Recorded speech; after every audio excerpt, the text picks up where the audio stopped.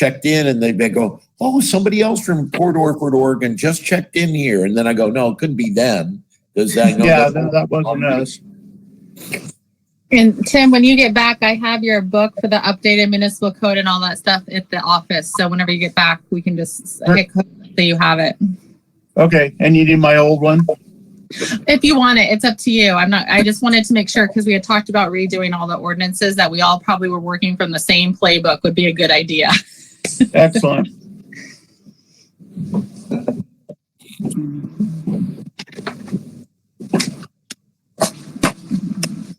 Everybody's early. I know. I just logged on to see if my camera showed me or not, and everybody's here.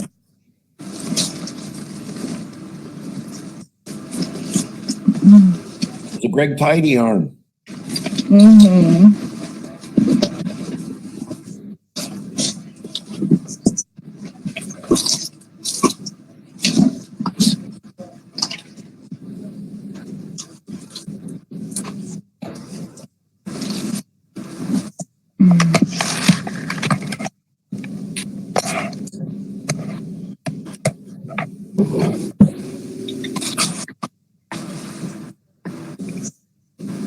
Hopefully everybody's well. So far, everyone's good. Yeah.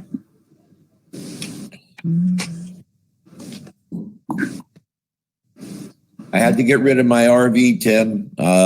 After the storm, I was doing my yard, and I hadn't looked at the RV lot yet. There were branches as big as my arm, about 10 feet long, all around my RV. And I went, I can't be that lucky that nothing hit it. Right. So I climbed up on the roof, and I wasn't supposed to, because Cindy doesn't like me going up there when I'm by myself. But nothing was happened. I said, this is a sign. It's time to get rid of it now. Yeah, if you don't use it, definitely. Yeah, I figured the next storm I'm not going to be so lucky. But they were, I had to cut them. I made a whole wood pile with the wood that was around there. There were so many branches. Wow. Well, there's two kinds of RVs, right? The ones that leak and the ones that people don't know that they're leaking. Somebody equated it to a boat. The day you buy it is the happy, and the day you get rid of it's the happiest day of your life.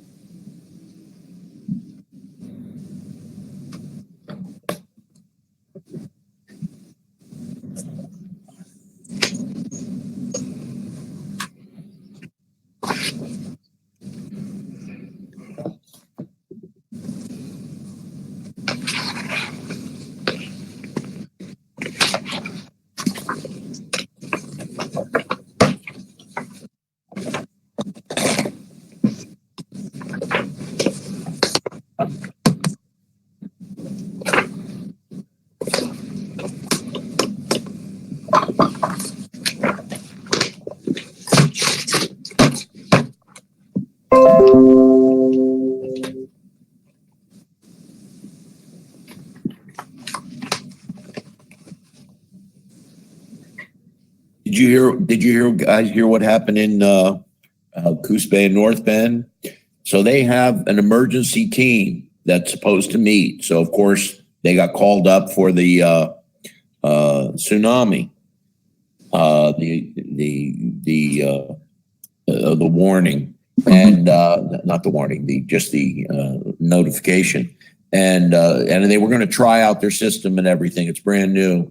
They had to send police and sheriffs out to get some of the people because they turn off their phones at night and they couldn't get a hold of them.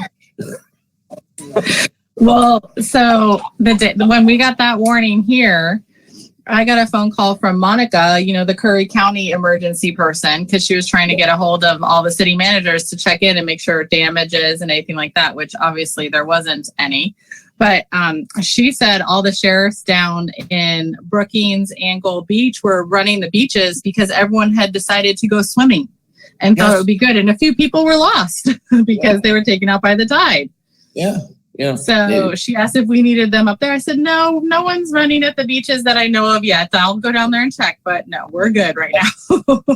That's the Darwin Award, a Darwin Award. Yes. Let's go watch Tommy come in.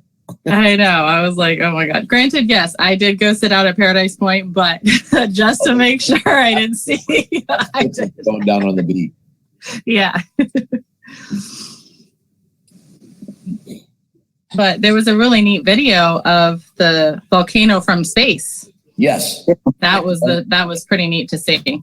And if you watch the slow-mo of it, you actually saw the shock wave in the water moving out in a circle from the volcano. That was pretty amazing. Yeah, it was pretty neat to see. I have to admit that was pretty cool when I saw that. But there's video on YouTube of the last, not this tsunami, but the last one. The rock out in front of Dog Beach, that the water never goes below at low tide. It was actually going beyond that rock and coming up all the way on the beach, all the way to the grass line. And it's a several minute video you can watch. It's really cool. You can pull it up and look at it. Oh yeah. I saw that the other day. Yeah. I used to love natural disasters, and then one year you decide to become the port manager and the mayor, and all that joy goes away. Then you throw in COVID. Yeah, exactly. Yeah, that's just like a little cherry on top. That's just the seasoning. Well, I had so many people this week come into City Hall because no siren or anything went off, obviously, for the tsunami. But then yesterday with the fire, the tsunami, the alarm went off forever. So I had people come in. Well, they counted 15. What's that mean? I'm like, oh my gosh, that just means no one got there to turn it off. It was up fire. It was ironic that it went on so it seemed like a long time, but it's also the first one after the tsunami warning. Too, yeah, so everyone was flipping out. Yeah, so I had a bunch of people in today asking that. What does 14 mean? We just get like a 1942 model, like air raid warning horn. There's got to be someone around or something that we can just hook up. Something that sounds different. Yeah, that was funny. That's the thing that makes me scratch my head. Like, how many millions have we spent on the plans and the maps and what we're going to do? When really, if everybody got a tsunami alarm that sounded like a different sound, you'd be like light years ahead of where you are. And the tsunami one that we do have, I think it's up on Coast Guard Hill, is non-functioning. Those are the worst kind. Yeah, it's non-functioning. It doesn't work right now, I found out. So that's another fix we got to figure out. We got to find the guy with the Haruga horn on New Year's and the 4th of July. That everybody in town can pretty much hear that. Are we close? We're close. 2 minutes, it looks like. And it looks like we have a few people on. It looks like we're just missing James. Let me send him a text, at least out of the counselors. Okay, cool. So I can see all the counselors except for Gary. Yeah, I don't see Gary, but let me see. Do I see him online? Oh, I don't even see him online, actually. And Pat, I was able to get on, but I don't know if my Wi-Fi is going to kick me off. If it kicks me off because I've used too many gigabytes, I will call in and be on the phone. Gotcha. Yeah, because it's 8:30 there, so I imagine my internet would kick off in about 2 hours. Well, plus I am using the phone gigabytes because the particular place I'm at does not have Wi-Fi. So, so like the hotspot. Yeah. You don't have Wi-Fi. And I have unlimited, but depending on what you read is how much they kick you down. They slow you way down after a certain amount. And I can't. Some of it says after 16 gigabytes. Some says after 35. So who knows? I don't know. Yeah, I don't know how much data Zoom meeting eats up, but it's got to be a lot. Mhm. I thought it was, and I did do a search on it, and it only said 0.4, I think 0.4 megabytes if you're just using your mic and 0.7 if you're not. But it didn't give a timeline. It didn't say for an hour or for a meeting. It didn't really tell you anything.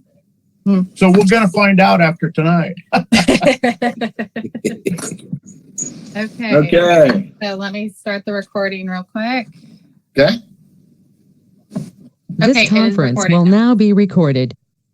Okay, so we'll open up this City of Port Orford City Council meeting of January 20th, Thursday, January 20th at 5:30. We're calling the meeting to order at 5:30. So we'll do our quick roll call. Lauren? Lauren's here. Tim? Tim here. Greg? Present. Carolyn? Carolyn's here. Gary? And James. Okay. Well, we got a quorum and we can always add them when they get in. Does anyone have any additions to the agenda? Okay, no presentations today. I got two screens. I'm going to get a sore neck by the end of the meeting. So the first thing on the consent calendar is to approve the minutes of December 16th. So I'll need a motion to start that. I will make a motion to,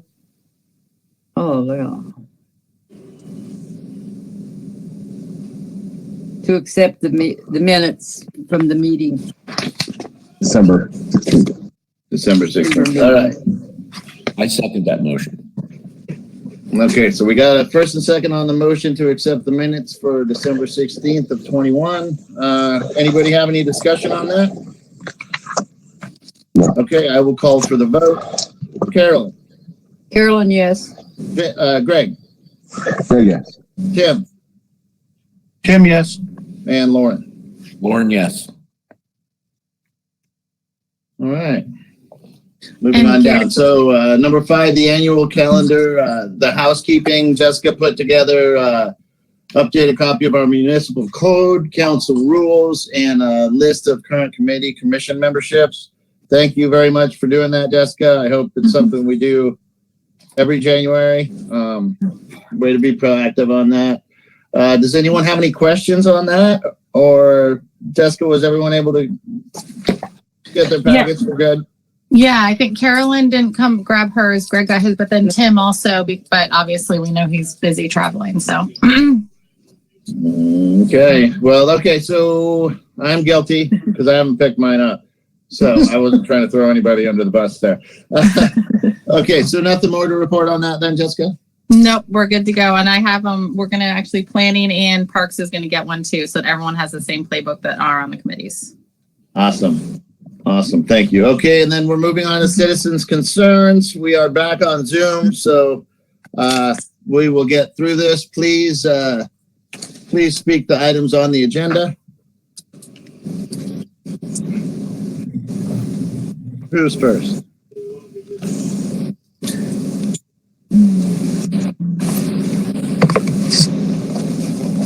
Well, I'd like to speak, but Go right ahead.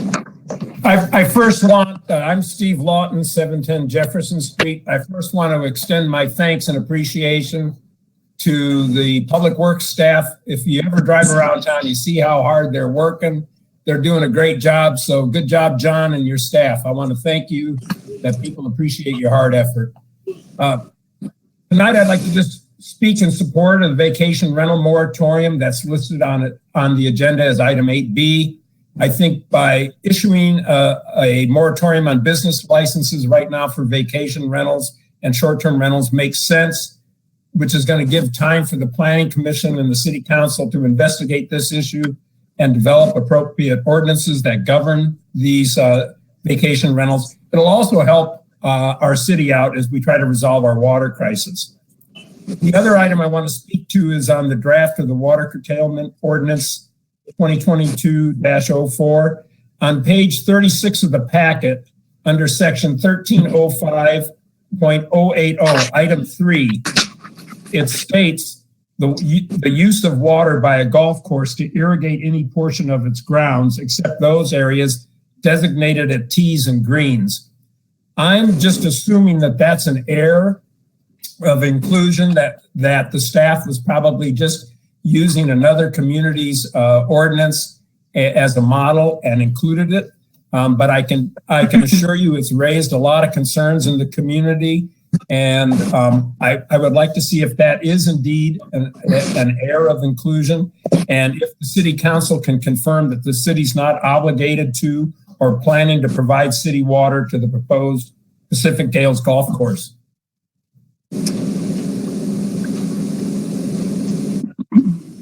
All right, thank you, Steve.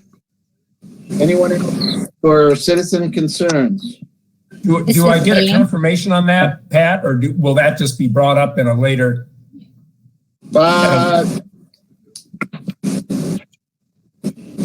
I'm not sure what you mean by confirmation, Steve. You will one way or another later on in the meeting. We will definitely talk. I mean, I'm sure that point will come up when we go over that curtailment plan. Okay, great. Thank you. And I'll wait for that then. Thank you very much. Okay, Steve, the best I can do real for you, quick, can Steve, the mayor. Can you say what that was again? Yes, Say it was, exactly what page it was for me. Thank you. yes, page 36, item number 3, Greg.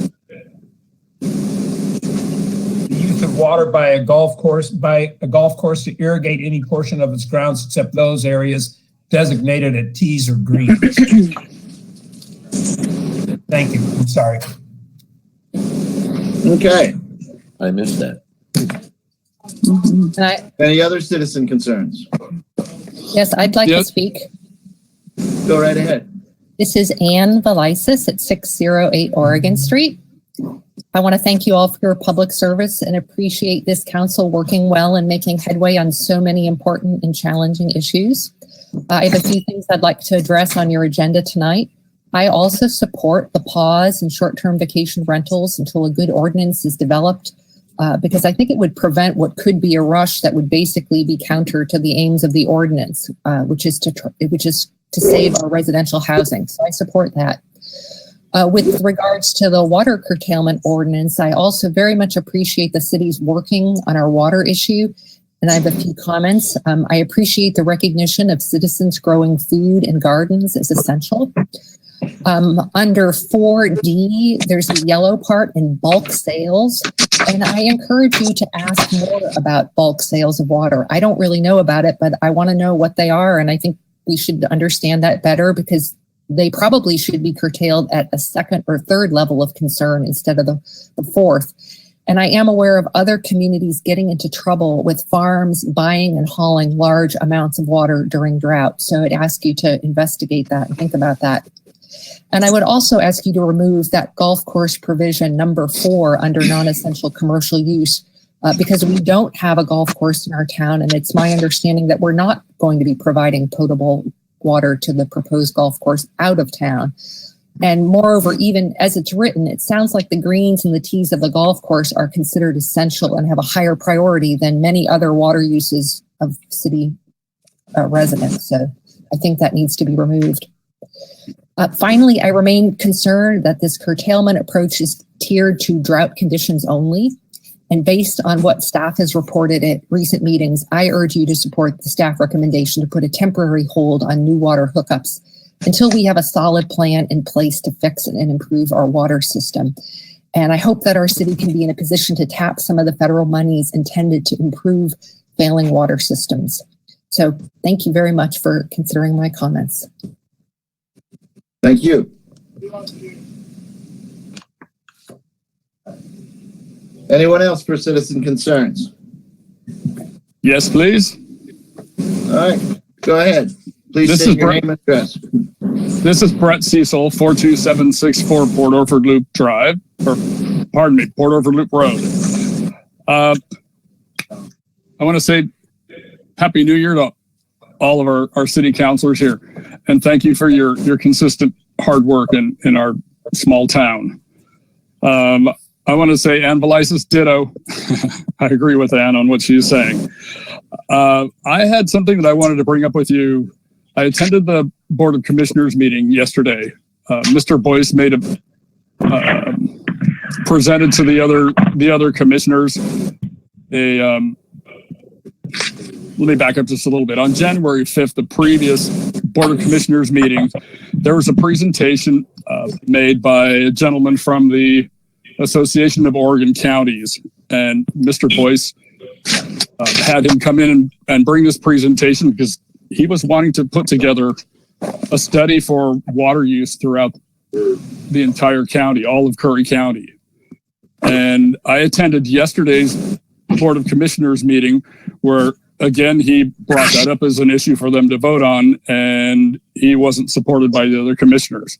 I would ask for all of you to give some consideration to that. If you can make contact with Mr. Boyce about this presentation, see if this actually would apply to what we have as far as city water needs and county water needs, and see if you might support him and giving a little encouragement to our other commissioners on adopting, on looking at this study that Mr. Boyce would like to do with water in our county. So I've lived in other locations in California, from Palm Springs up into Ukiah. We've always had water issues everywhere I've lived. And I think if we can get on top of it and get ahead of it now and have a plan, we'll be much better off as time comes forward. If I may just very briefly speak to one other thing that I noticed reading through the agenda this evening. Under departmental reports, our liaison reports, I noticed that our health report, our health liaison, pardon me, I don't want to be pointing any fingers, our health liaison, Councilor Burns, hasn't had any reports on our health department. And I want to bring up briefly our COVID situation in our county right now. We've had 530 cases of COVID in Curry County. This is the 20th of January, so 530 cases in 20 days. It's a lot of cases. And we don't have a county health department. Oregon Health Authority handles our health department, essentially. So I just want to make sure that you're all very aware of what our situation is with COVID here. I today myself ordered the COVID test that President Biden has made available to every citizen of the United States. We can order those at COVID tests. That's COVIDTESTS. That's tests plural.gov, covidtest.gov. You can get 4 of these home tests mailed directly to you for your family's use. So I appreciate you allowing me to bring this forward to you. Thank you, Commissioners, for your time this evening. Thank you. Any other citizen concerns? Tom Calvanese, Mayor, Mr. Mayor, Tom Calvanese. Okay, Tom? Yes, thank you, Mayor Cox, and thank you, councilors, for your work on behalf of our citizens of our city. Just very briefly want to share with you that I volunteered to inform you that there was a petition circulating in the community. We can't. Is this on the agenda, Mr. Calvanese? Because citizens' concerns are for the agenda items. Copy that. I won't say anything because it's not on the agenda. Will I get a chance to say something later? No. Well, I mean, technically you can speak to anything that you want to, but if it's with current things in the building packets, then I would have to tell the council to disregard it. But you know how it's pretty much impossible to disregard things. So yeah, this is not the time, but we don't regulate what people say at the end of the meeting. I'll take that as a don't talk about it, and I won't say anything about it then. Thank you. Anything else that you'd like to touch on? Okay. All right then. Sorry about the miscommunication on that, everyone. Moving forward, is that good for citizen concerns? Okay. Sounds like it. All right. So we're moving on to departmental reports, starting with Public Works. John, what do you have for us? Let's see. What do you want to hear about? The good stuff? Okay, let's see. You got the leak fixed on 9th today. That's good stuff. That is good stuff. So I'm going to go right to wastewater treatment because that's kind of where our issues are right now. And I'll kind of give you a brief of where we're at. Water was pretty clean for December. We didn't have a lot of problems. Wastewater, as you know, just before Christmas there, we had a major failure in some programming with Portland Engineering that runs some blowers. And we did lose one of the blowers. And we kind of had a catastrophic failure. Our clarifier went down.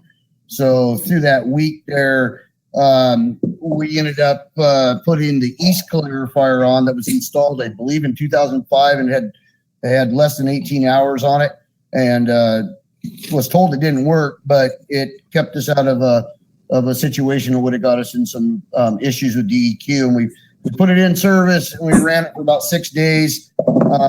We were able to get the main clarifier, west clarifier, pumped down, the debris out of it, and then cleaned out.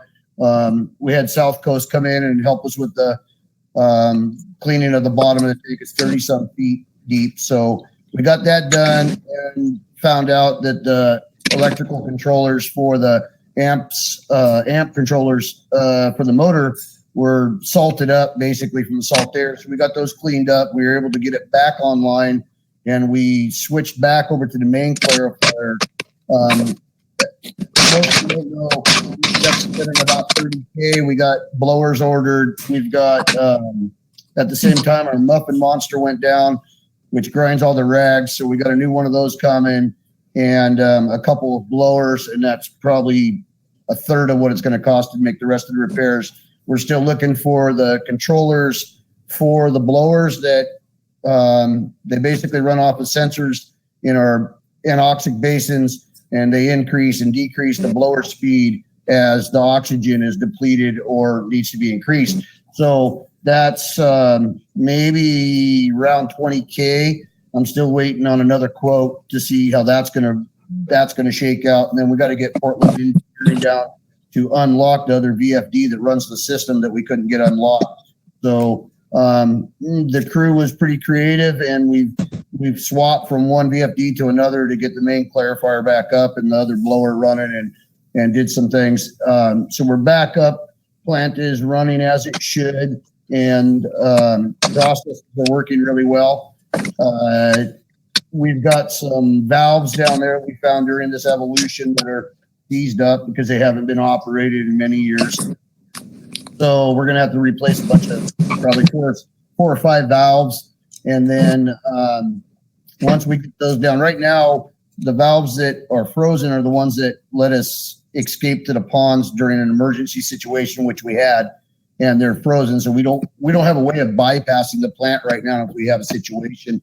And during this whole mess, the Wyoming lift station, both the motors kicked out on us, and it was raining heavily, and we almost had an overflow there, but we were able to pull the motors, derag them, and get that lift station back up. So December was a mess for wastewater. We've got some money to spend down there, and we're going to keep working on getting some of those things fixed. But good news is water was good. Yeah. Thank you, John. That's the good news, huh? Yeah. Rainbows and unicorns. I have one question on the second part under water treatment plant. Number 3, water rights permitting for Garrison Lake and Mill Creek. So does that mean we're actively pursuing getting Garrison Lagoon going for water again? Well, I'm not exactly sure because I haven't got a call back, but I got 2 letters requesting us to do an application and spend some money to reenact our rights, because in 2007, there was a letter sent to the city. I don't know who it went to, but at any rate, the application wasn't filled out and the money wasn't paid or something. So we've got till the middle of December to fill out this application, pay a reinitiation fee or something, and I just don't have all the details at this point.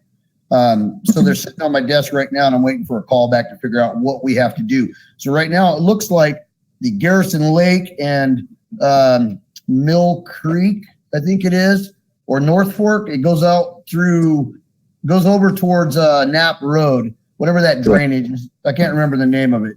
That one and Garrison Lake are both pending something from us, and I don't know exactly what we have to do quite yet. Gotcha.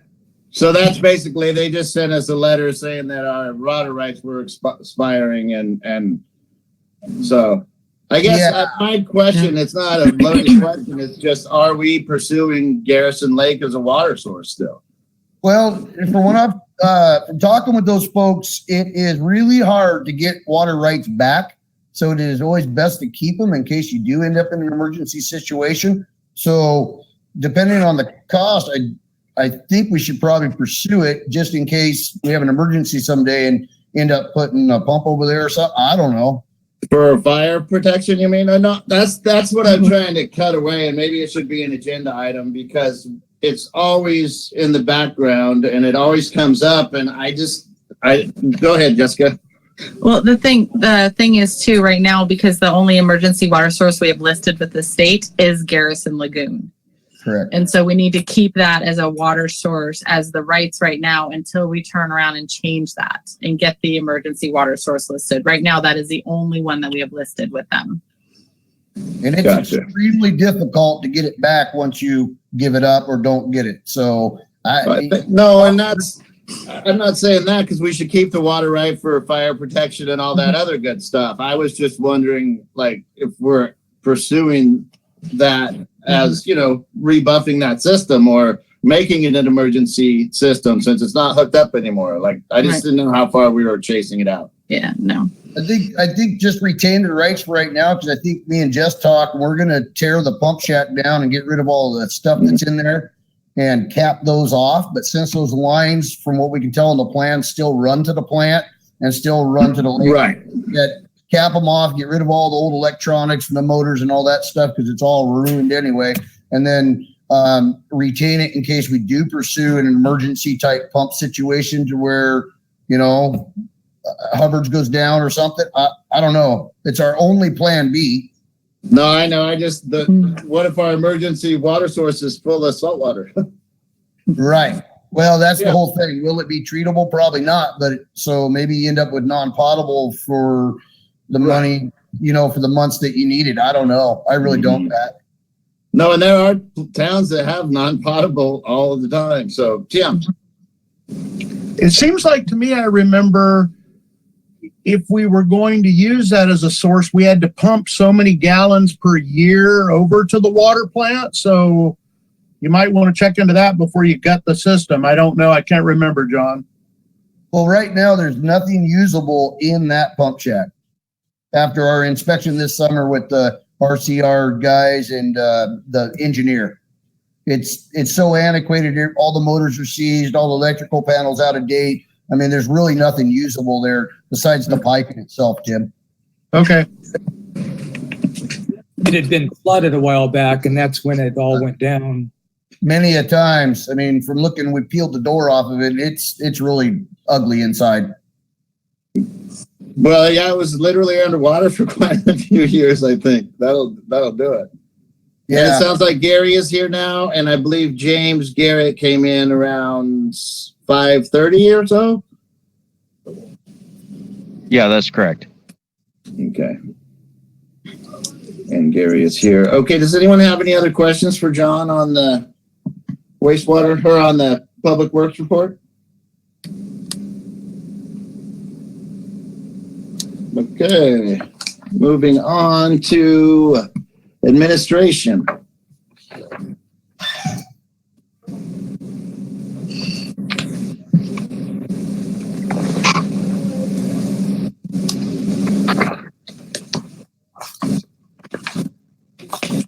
Everybody, anyone have any questions for Jessica on her administration report? Yeah. And then the one thing exciting on that since we're talking about Garrison Lake, I do feel like it is a huge asset to the city, and that kayak launch could be one of the catalysts to get that going again, because it's full of weeds, but it used to be a destination spot for fishing, skiing, and everything. So yeah, we should do anything we can to help them. And I have a question. I have a question about the administration report. I was wondering about updating the uniform building codes to the 2021 code and what that would entail. So I actually looked up the last time that we updated the building code. All it was basically a resolution that was written to adopt the code. So the one that we adapted, the last time we adapted it was in 1981 or 82. In 84, we adapted the 82 version. I'm sorry. So that was the last time that was adapted. It was just a straight resolution that was done through a city council meeting and vote. So it's a very simple one. That's a good catch, Gary. So we could theoretically have that on the agenda for next month. Yes. Yeah. 36 years it hasn't been updated? Yes, that's correct. Awesome. So that should be pretty easy house cleaning duty. Yep. So, Yep. Thank you, Gary. Does anyone else have any questions? And the field trip is great too. We can't not mention that. That's awesome. Yes. Yeah. So And we're hopefully going to everyone in the community had a chance to read this report too. Yeah. And they're actually going to be attending the next city council meeting because we're just doing a whole round about the whole shebang. So the next city council meeting in February, they will be attending. That's awesome. Yeah. Okay. So now we're moving into finance. And I don't want to jump in because I'm asking all the first questions. Does anyone have any questions on these financials?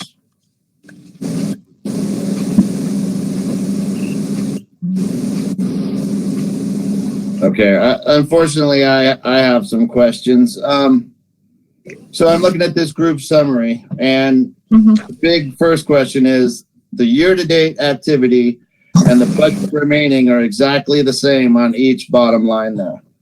And I don't see how that could be. That kind of basically means we're halfway through the year if we're correct on the budget. But if you look, it says the year-to-date for revenue is way higher. So there's a few that are actually kind of off. The balance, the difference is the same. The budget remaining is always going to be the same. So the year-to-date activity versus budget remaining, because it's just minus and pluses and it's always going to be the same, if that makes sense. So you're just taking what the year-to-date activity is minus the expenses and getting the year-to-date amount. And so that's also going to be the difference in the budget. It's just a combination of minuses and pluses and going down. So that's not computing in my head, because if you look at the year-to-date activity, we're halfway through the year, we've already done the whole amount of the budget. No, actually we haven't, because that's the catch-22. So let me grab a smaller number. Well, I guess the main question of this is, like, if I'm the only one having a problem assimilating these, then we can move on and I can do my homework better. But I just am having a hard time assimilating this information. And because when you get to the bottom line, that's the big one where you'd like to see, like all the line items are good, but just that. I know all the information is here. Maybe I just like the year-to-date activity is skewing me up because it can't match the budget remaining. I know we're halfway through, but that would tell me that everything is exactly right. No. So if you look at it, so basically what it's saying, okay, so all the revenue is totaling to year-to-date activity. So it's taking the budget remaining minus that and saying, okay, so I'm looking at the easiest one to look at was the streets fund, just because it's the small amount of revenue. So it's an easier amount, right? So if you take the $30 minus the total budget amount originally, you get the $32,420.95. There's no expenses, so then you get the $32,451, which means the only amount of the budget that you've used is the $30.50, is the $30.05. So that's what it's telling you. Does that make sense? Is that a little bit easier? It makes sense, but then it makes all the other lines more confusing. No, it's the exact same way, all the other lines. So it's taking all the total amount of revenue for year to date, and it's saying, okay, so you have a year to date revenue of $418. Yeah. And then you're taking the it amount. all shows as revenue, but then when you put it against the line item, you get your expenses built out of that. That's what was confusing me. Yeah, so it's just adding. So if you take the year to date and it's saying, okay, this is how much you have left in the budget in this section, and so then you're basically, it's going to tell you the budget remaining is always going to be the difference of the difference on the year to date activity, the income or expenses. Which makes you start digging into it when you see for expenses $183,000. So shouldn't that be higher halfway through the year? Yeah, but we've been able to save a lot of money. Yeah. Okay. Okay. No, yeah, I've been able that's to fine. control expenses a little bit better. But some of it is going to change a little bit. There's a few things that just need to be moved from the general fund to the correct fund. Right. So overall, it's not going to change, but just some fund movements, if that makes sense.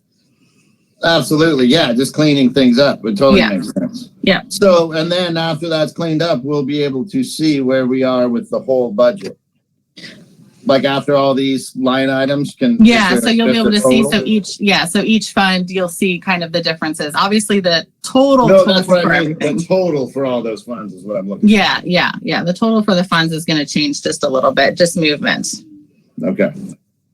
Thank you. Sorry to be a stickler. I just all good. I looked at it and it wasn't that easy math that I like. Well, it is easy math. I just couldn't see it there. Well, if you look at the general fund, it's over budget on revenue, and so that's what kind of sparked when I saw that then the property tax needed to be moved to the correct funds and hadn't been. So, and it wasn't the last month. So that's when we got the huge influx of property tax money. So we just need to kind of move that over to the correct fund. Gotcha. So, yeah. Gotcha. Okay. Well, thank you for that, Jessica. Anyone else? No, I took up all the time again. Moving on to planning. Page 17. Looks pretty standard. Does anyone have any questions about the planning packet? Or the planning report, I should say? Thank you, Krista Neereth and Pamela Burnt for stepping up to be officers of the Planning Commission. Sometimes I feel like they take a lot more heat than we do. Okay, I'm not hearing any questions, so we're just going to move on to liaison reports. James, I would like to say last night the fire department, or was it last night or the night before? Last night. Yeah, last night the firemen responded to that fire impeccably. It seemed like they were there in 10 minutes after somebody called. So make sure they know how awesome they are. And do you have anything else to report about those wonderful people? I will definitely pass that on. They'll be happy to hear that. I just want to reiterate what I said last time is that they are still looking for volunteers. So if people are interested in volunteering, they can serve in many different capacities. Also wanted to mention that one of the good ways to get a hold of them is through Facebook. You can go onto Facebook and search for Port Orford Fire Department. They've got a page and you can message them or post on the page to get a hold of them if you have a potential interest or whatnot. So other than that, I think everything is pretty much status quo. Financially, they are saving up money for the next while so that they've got a buffer for emergency repair of equipment before they proceed with their timeline of buying new equipment. So their purchase timeline got put off, I think, a year. But that's all I got. Hey, James, is there a certain physical requirement, or could you have help from citizens that just wanted to do traffic control, or, because I noticed last night when you were small crewed and the looky-loos just pack around, like there was people that wanted to turn down the road when there was 6 feet between police cars and fire hydrants, or is it just the standards don't really let that be a possibility? No, that's actually a great possibility, and we encourage that. If you have health problems that prohibit you from being a full-on firefighter, or you're just scared, not comfortable, whatever it is, you can take up whatever jobs you can do, and you can still be part of the fire department. So you can join and just do traffic control and run errands and stuff like that, if that's what you're capable of. You know, and then that frees up people who have firefighting capability or, you know, or whatever to do what they need to do. So yeah, if you have any ability to, you know, basically if you've got the time to put towards it, that's what matters most. Awesome. Thanks, James. On promoting that, I was going to ask that too, because I feel that there could be some people that wouldn't mind helping like that, but know that they can't get into turnouts. Yeah, I would encourage them to chat up the fire department about it, because like I said, it frees up firefighters to do their job when we've got that kind of help. You know, even somebody just doing like some safety supervision and whatnot, keeping an eye out for, you know, outside events and stuff. Yeah, it definitely helps. Cool. James, I just want to let you know that there are 4 or 5 students from the high school who are already volunteered or will be joining the next group of volunteers for the fire department. And not only here, but Langlois as well. There's another group that is going to be joining, which I guess that would be 6 or whatever. But there are kids from the high school who are stepping up and I started giving them some preliminary first aid courses that they were requested to have taken. So awesome. That is great to hear. All right, I like that little part of the meeting. That was nice for a minute. All right, moving on to TLT. Tim, I know that's kind of a work in progress. And yeah, I believe tonight we vote on a couple of applicants, and I believe Jessica has 2 more as well, if I'm not mistaken. So that process will be starting anytime soon. Thank you. Okay, moving on to watershed. We got a nice report for that on page 18. Does anyone have any questions, or Carolyn, do you have anything extra you'd like to report for the watershed? No, Okay. everything was just basically about the eels that they want to start. That's it. Awesome. Yeah, it's a nice report though. Thank you, Carolyn. Well, and I took a tour of the watershed last week. I walked up there with them. Yeah. So I walked up there with Linda and a few other people, and we did a whole hike and through and saw all the gorse and the gorse removal they've done. And it's pretty amazing actually what they've done and versus what, you know, has been the changes. You can see it as you kind of walk deeper in. So I definitely encourage, I know that we were talking about, you know, we had someone that came into City Hall and wanted to volunteer to clean and mow and do different things. So that's someone that we could definitely put out there and, you know, teach them how to take care of some of those things. So if that's something that we want to try to do and stuff like that. But it was definitely amazing seeing all the gorse and what they've already moved versus the areas that they haven't hit and kind of going up there. So it was really, really neat. That's awesome. Wasn't it beautiful when you walked under the canopy from a real multiple species tree forest rather than unfortunately the GMO trees? But wasn't it beautiful how beautiful it was underneath there and the canopy overhead? Yeah, it was. We unfortunately went on a very rainy, muddy day, so we were soaking wet by the time we were done and muddy. But yes, it was good. Is there any way that we could talk somebody into doing like a drone video over that valley so we could see over the years how it progresses? Because this kind of stuff is going to help so much with the watershed, and I don't think people realize how much it's going to help or how much it already is helping. Well, we actually talked to John already. Yeah, we talked about that actually, because there's some videos from when I guess CFPA did some work back there a while ago and did some watering things that they could pull from. So they have some videos from then up until now, and you can show the, you know, transition of the gorse, the bit, you know, how it got so big and now it's still going down and stuff like that. So that's a really good transition that we have. And I know that we talked about it, and I actually mentioned Greg saying something that I know he had a drone that was an option. So. But it would be, I know that they have some pictures. I know the state does actually, from who I talked to. Awesome. Good. Watershed's good. Gary, do we have anything from health? They did get have some new mental health employees that have come on board. And Curry Health Network has also got some new people. I haven't talked to anybody about that yet, but I'm going to find out more about how the two of them are going to coordinate. And that's about it for right now. COVID is up in our area, and we did have a super spreader event New Year's Eve. Yep. And quite a few people ended up with COVID, but we haven't had any serious cases, fortunately. Yeah, they're definitely around though. Yeah, the new variant is really taken off everywhere.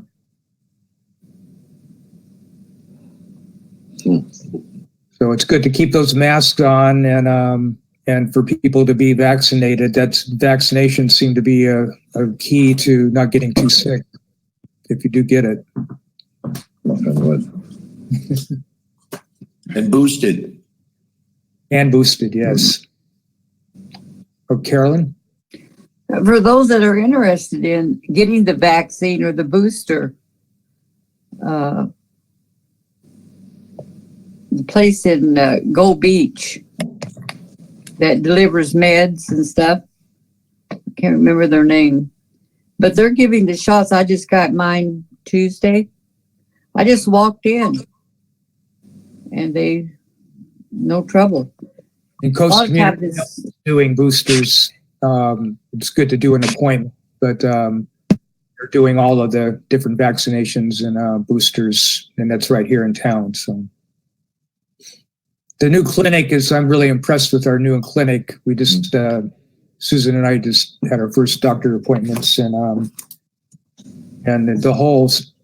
the staff, the pharmacy, everything is very impressive. We're both really pleased. Yeah. They're ganging up right now to make sure that they have the best use of the vaccine, because they can't keep it once they open the vial.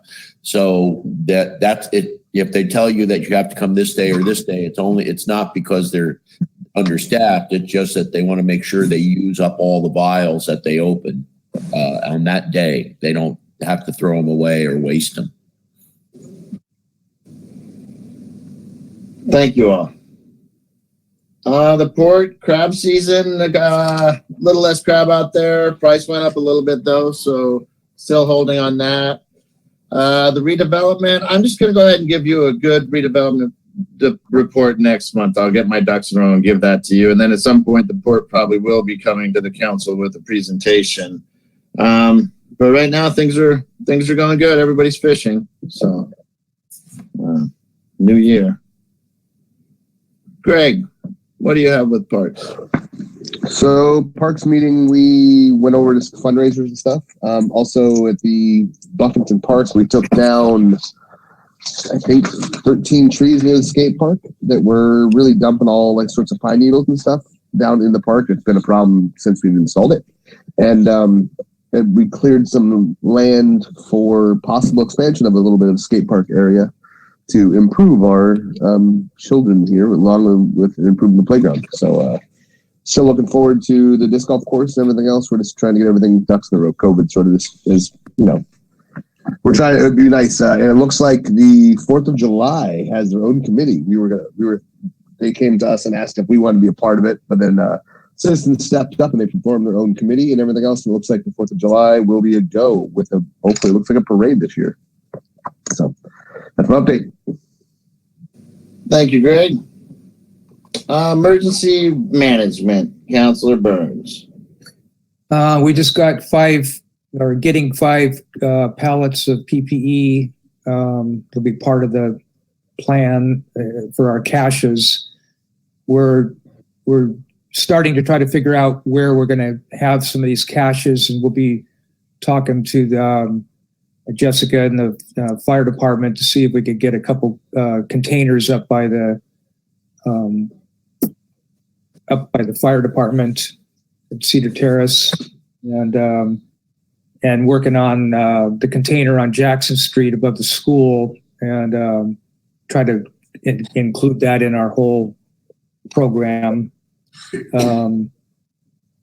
And we still are getting information in for pamphlets and handouts, and the library and Coast Community Health will be spots that will be providing information for people to pick up. And we're going to be really pressing people to get their go bags organized and have some backup food and supplies. So that's going to be an ongoing push.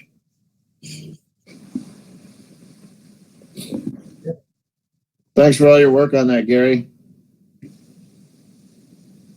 How long can you store food?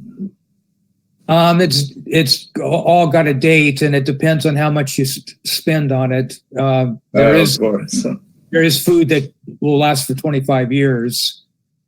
Currently, I think there's 25 pallets of food that has like another year, and we might get some of that just to have if something were to happen soon. And I'd imagine you could use it for a little while after the dates if it was a real emergency. Absolutely. And we do have in the Jackson Street container, we have 17 pallets of canned goods, and the common good is always a really good stash of emergency food supply if we need it. Awesome. It's good to know. School district, Lauren, what do you got for us? Shayla, there hasn't been a meeting yet this month, I believe, right? For the school board? No, it's on Monday. Okay, that's what I thought. I didn't think I'd missed it, but I do want to say there are lots of kids volunteering, and our message from Jessica about looking for volunteers for the city hall is announced almost every day. At least while I was there, they were announcing it every day up until. But I've been gone for about a week and a half now. So, but they are announcing our message about looking for volunteers at City Hall. I don't know if she's had any takers yet or not. Or yeah, you have? Cool. I push it whatever class I'm in. I push it. But anyway, that's all I have, Mr. Mayor. Thank you. All right, and then we're back to Gary with Main Street. They're continuing to explore the tourism spending. They've committed $3,500 so far for advertising for the next season. The meeting with the Wild Rivers Coast Alliance in February to see if there's any ways that they can help. And they're preparing now for the new projects for the year. Awesome. Okay, well, thank you everyone for the reports. Now we get into the meat of things. I'm sorry, did anyone have any questions for anyone on the reports? Okay, so now we're going to move on to old business, 8A, seasonal gas tax draft ordinance. So, we are at this point again. Who wants to start?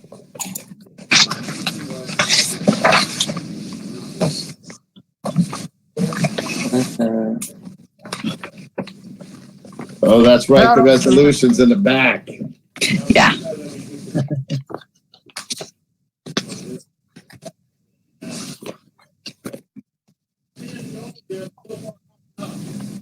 Okay.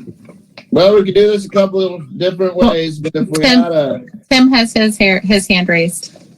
Go ahead, Tim.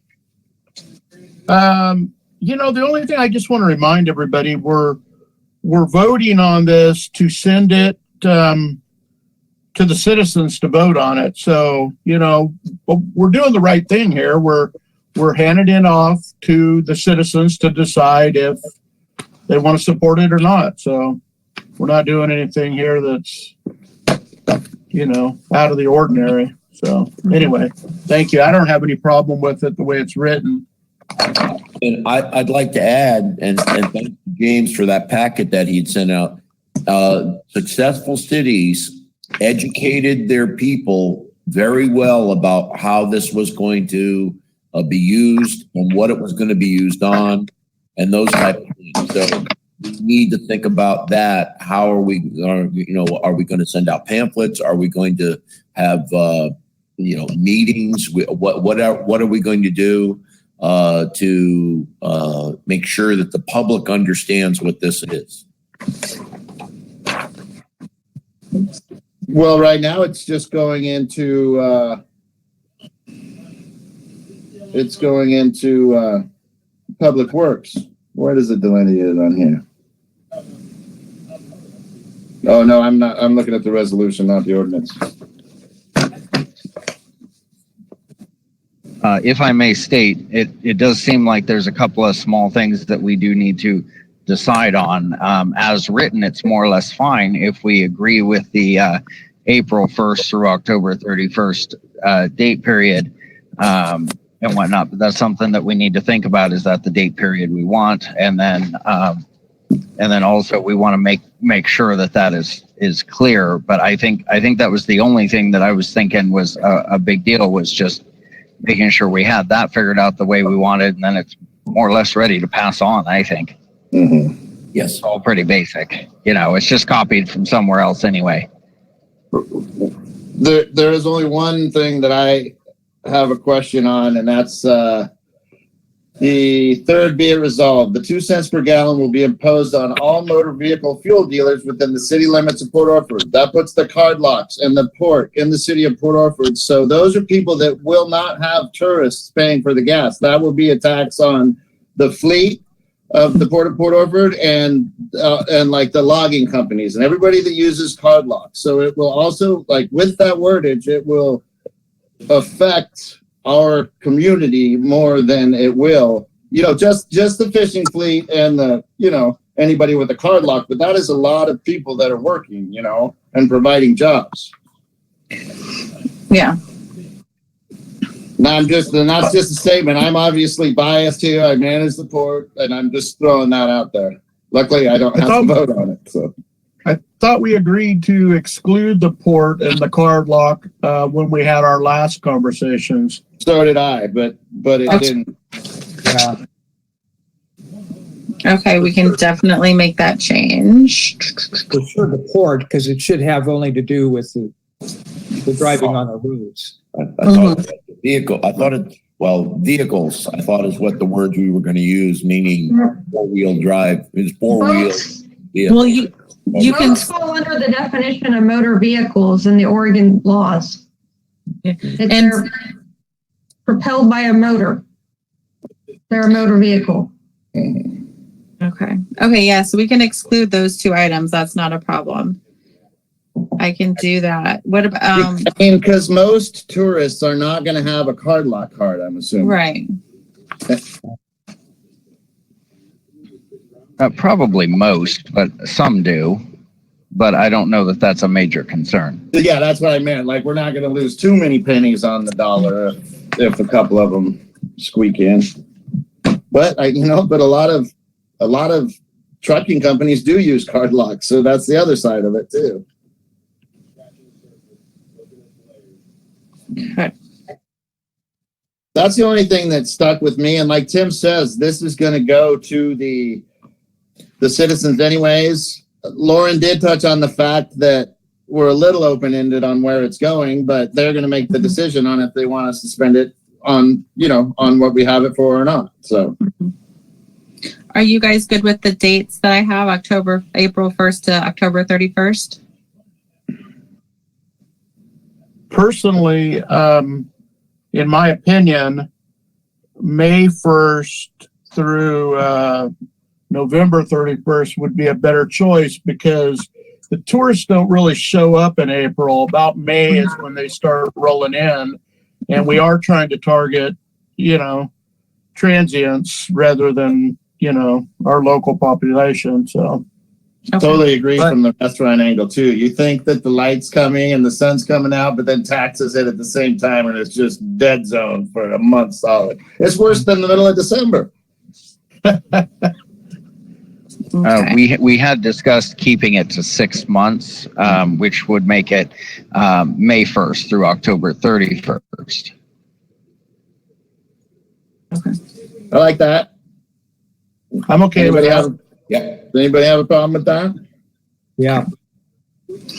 Okay, so now technically, if we could get the wordage down on that third point Mhm. for all motor vehicle dealers, like we can make a motion with these corrections and get this done. I'm not trying to rush anything. I'm just throwing that out there is that we can make a motion to accept with corrections if you so choose. Other than that, we'll put it back to Jessica and we can do it next month. But how's our timeline looking? Is that month going to make a difference, Jessica? Not really, because what we're doing is we're just with the resolution. It's just saying it's okay to send to be voted. So this actually isn't even going to be enacted until if and when that vote passes. So time constraint at this point. Yeah. So Jessica, I just have a question on process because I thought Patty usually did this. The ordinance versus the resolution, do you vote the ordinance in first and then refer it to the voters, or?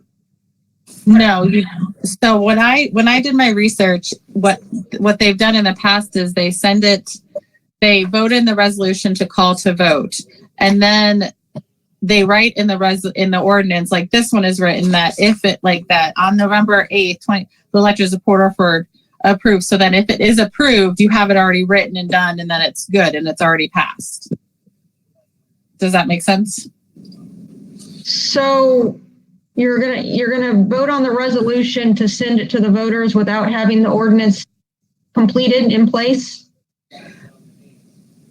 Well, everything's completed basically except for the months right now, according to what we have. But yes, is that something that you think we should change?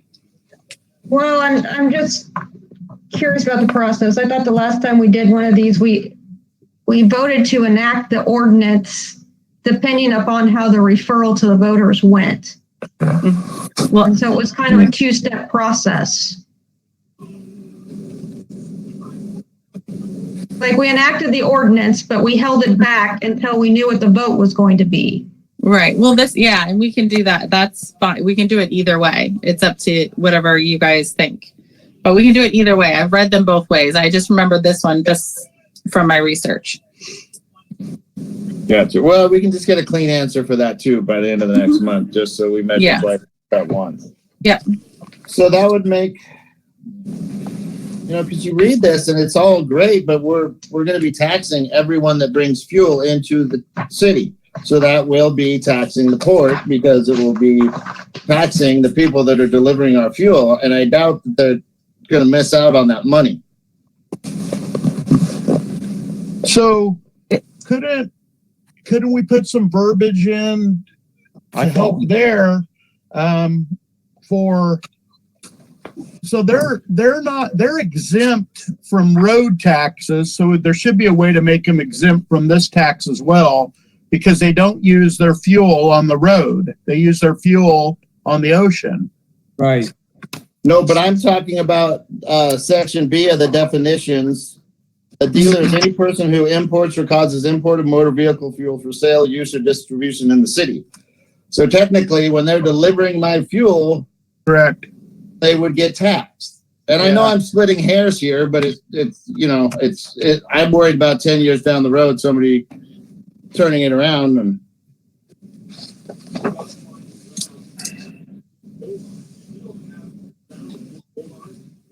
So we just want to change that verbiage so that the port isn't part of it. Well, so we'd want to change. So we'd want to just exclude anyone who delivers gasoline to the port and or card lock specifically, because they might deliver it to all three stations, but only to those two If they deliver to all three, then we can only exclude what is delivered to those two. Tim, are you talking about section 20? No, I was talking about that the boats are exempt from road tax because they don't use their vehicles on the. I thought we could try to take that angle, but I understand where Pat's coming from too. And I guess when you start thinking about all this, I guess I'd like to ask Shayla, are we going to be legally challenged for all these exemptions, or? Well, does the port only fuel boats or do they fuel other type of vehicles? Yes, we fuel other type of vehicles as well. Yeah, so I'm a little concerned about that. And not to mention, I mean, at the end of the day, aren't we basically saying Chevron pay this tax if we cut everything else out? Or maybe not Chevron, whoever the one gas station in town is. Yeah. Yeah. That's what this ordinance does. And the other thing is too, I think about this because obviously I've been down to the port, but when the Chevron is out of gas, everyone goes down to the port. Right. Greg, you had something. No, you raised your hand. Yeah, the taxing issue. I mean, the marijuana stuff, we taxed it because it was just a tax to generate. So I'm not. We're not going to get love from me. So I you know what I mean? Like, I think we're okay. Just I understand, changing some of this stuff, but I mean, I think we need to get this going. Mayor Cox, I thought, and the reason I was going to bring up about the definition of, boats and stuff like that, but and it does say in section 20, and that's why I asked if that's where you were, because it says, for only use for the purpose of operating such motor vehicles, which the word and I thought, since we said we were going to define what a motor vehicle was, it would exempt the boat, but I didn't realize that you also, use fuel in vehicles down at the port. Mm-hmm. Well, state law includes motor boats as motor vehicles. Mm-hmm.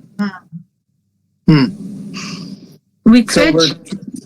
It's good to generate tax revenue, but we're also going to be taxing a big part of our workforce and not capturing anything from tourism for that tax, for that group of people. At this point, I'm not saying we can't word it right. I'm not trying to be negative about it. I'm just looking at loopholes and being the devil's advocate. Yeah. Can general citizens go down to the port and buy fuel for their vehicles right now? Yep. Oh, so okay. I don't see They don't do it. They don't usually do it because we have non-ethanol, which is premium priced. But yeah, theoretically they could. Until I had to cut them off and leave fuel for boats. Could you do that? I think that that causes a problem for this ordinance when it hand selects the one entity in town that this is going to affect the most. So could we do something because I'm sure you can answer this question. A lot of the boats just do diesel. Could we separate that down there? So the diesel fuel for for boats versus what's used in generally, 90% of the other cars? Or is that if you're asking me to have me or my staff do things, then you're taxing me to necessitate this gas tax, which will probably be more money than you'll ever make off the fuel. Well, I'm saying like, can we exempt the diesel that we sell to the boats and the workforce and the fleet? And then if anyone comes down and just does normal gas down there, can we do something like that? I'm not quite sure. I'm just trying to think and split the hairs. I guess. I mean, if the city wanted to have someone come down and regulate that, they could. Mm-hmm. But there's a lot of sport boats that use gas as well. Oh, they are. Okay, that was my question. Yeah, okay, got it. Realistically, So we're really saying the only 100 place gallons to a car. Got it. Okay. The only place where this is going to be effective or do what we want the spirit of it to do is to hopefully hit the tourists is the Chevron station. Is the only place that we want it to hit. Is that correct? Right. So we just stated that, and that might be the problem is the Chevron station. Like we're, regardless of if we said it or not, we are singling them out. Yeah. Yeah. Can we put something about just, station gas sold on the 101? I mean, I don't know. I don't want to name Chevron, so I don't know. Because there's other stations on the 101 right there. I mean, I'm not quite, there was one, but I'm just trying to think of other ways that we could go about that. I'm not quite sure. What about the wording on road and off road? Because I believe that wording's already in state law. I could be wrong, but I know where I come from. on-road was taxed, off-road was not taxed. Meaning the Oh, fishing. that's a good one. Mm-hmm. And that actually helps. That will exclude the card lock people that are getting diesel for their equipment, at least, you know, unless we.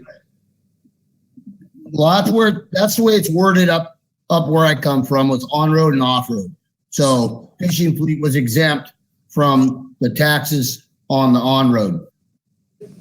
Shayla, do you foresee any risk of us singling someone out? Because it sounds like we can get the wordage down to do what we want, but are we going to end up, singling someone out, and can that blow back on us? I'd have to look into it. I mean, anything can blow back on us. I'm thinking about on-road and off-road and realizing that a lot of people have businesses and use the card lot and drive on the roads. Mm-hmm. That's really common. And I have some heartburn over Section 20 because I'm thinking about the businesses that have fuel tanks in their trucks that they fuel equipment with. I'm just wondering how Section 20 affects that when they drive in the town with a fuel tank full of fuel for a piece of equipment. And that's pretty common where we live. And I guess I don't think it's our intent to say that they're dealers and they're going to be taxed if they bring in 100 gallons in their fuel tank. Mm-hmm. But the way this is wording, Yep, that's what it says. probably squeeze it in there. Well, it says under definitions, it says dealer does not include any person who imports the city motor vehicle fuel in quantities of 500 gallons or less. So I don't know if that kind of helps that. That's that. I'm going to throw out a real funny one. I mean, we're getting down to splitting these hairs. Who's going to enforce this? Yeah. I mean, 500 or less, on road, off road. I mean, I think we need to probably, it's my personal opinion, I think we should table it and take another look at it. But where did this code come from, Jessica? The League of Oregon Cities has these different has these in there, and basically, but then every other city, I think Eugene, Springfield, all these other cities within Oregon have actually enacted pretty much this exact same one. There's just a few obviously variations depending on what the city wanted. But I know I'm going to say there's probably about 10 or 15, if not more, that actually already have it going. I know Springfield is the biggest one, or one of the bigger ones. Can we look at perhaps cities that have ports that may have done exactly what we're trying to do, and get an example from those cities? Yeah, I can definitely do that. Can I ask one more bad question? So we do this gas tax. People are paying their 2 cents a gallon, and then the gas station's going to bump that 2 cents down for 6 months of the year. Or you think they'll just keep that higher 2 cents and actually make money off of it? Are we cutting off our nose to spite our face here? I mean, I know if it was my business, I probably wouldn't like. But that's why the beauty of it is that it's in the constituents' hands if we can get the wordage to the point to put it on the ballot. But something I did want to mention is we don't want to make it a pain for the gas stations either. We want to keep it simple.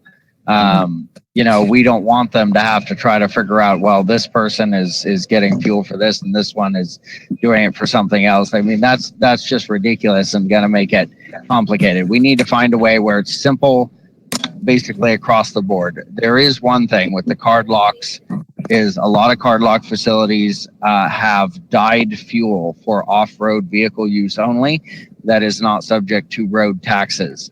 Maybe we could define this as a road tax, and then that would stop tractors and lawnmowers and stuff like that. Well, lawnmowers don't run on diesel, but things that run on diesel anyway, like tractors that don't go on the road, from being taxed because they can use the dyed fuel that is road tax free. So there's already a method in place that we could function off of that would solve part of our problem. if we think it's going to pass. Yeah, Maybe we should just do a vacation rental tax. Kill two birds with one stone. Sorry.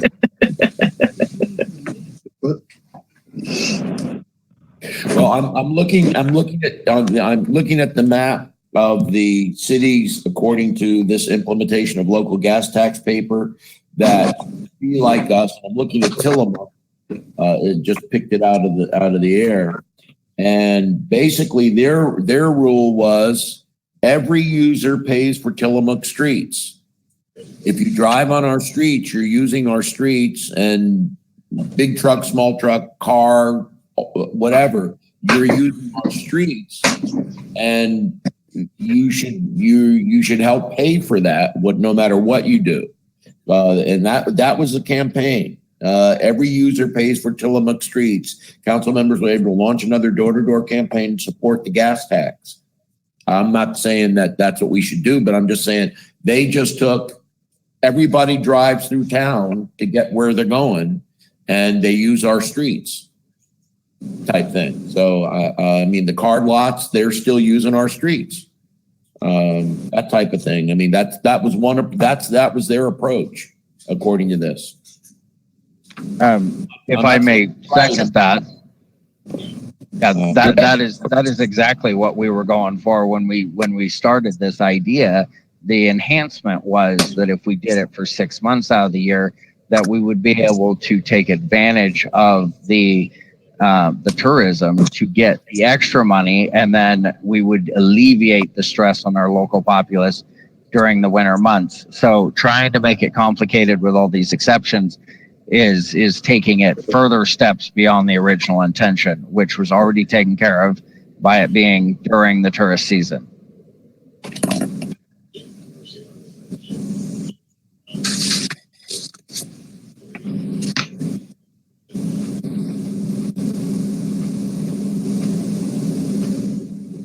All right, guys, we need a motion one way or another, or to move on, or to table, or to accept with changes. Since we have time, it seems like we ought to just do another month on it. And then Jessica can work through some of this, maybe with your help. And then we could have something a little more defined next meeting. Is that a motion, Councilor Burns? Do we need a motion for that? Motion to table if we want to be. Oh, I'll make a motion to table. Okay. Do I have a second? Second. I'll second that. Tim. Okay, so Tim, before the motion was made, you had your hand up. Oh, I was just going to make a motion to table. I mean, it I was seems just like making sure before the vote that, okay, Yeah. got you. Greg, can we Thank table you. this for this evening? Carolyn? Lauren? Yes. Tim? Tim, yes. James? Gary, James, yes. And Gary? Gary, yes. All right, so this is complicated. This is a complicated thing. We're staying on it. We got a little time, but we definitely will have it on the agenda for next month with a little more information. As usual, we find a 2-step forward, 1 step back type of thing, but we'll get there. And thanks for all your work on that, James. We'll get to it. Now we're moving on to 8B, vacation rental moratorium discussion. Page 29 of your packet.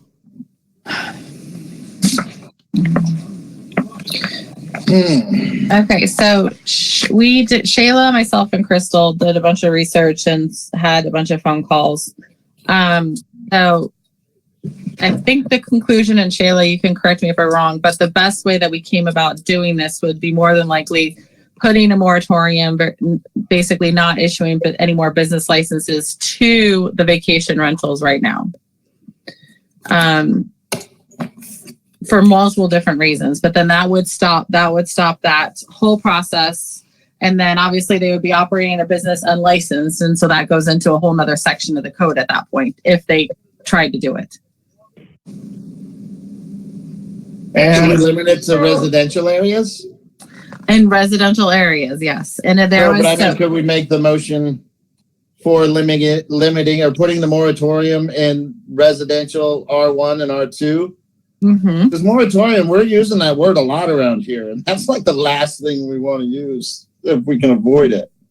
Right. So we can just halt it or whatever. I mean, Shayla, I thought you were chiming in for a second, but I was. So the issue was we sent some correspondence to DLCD in regards to giving them notice that we were going to do a moratorium on VRDs. They got back to us and said this looks not like a land use decision unless you are actually prohibiting construction.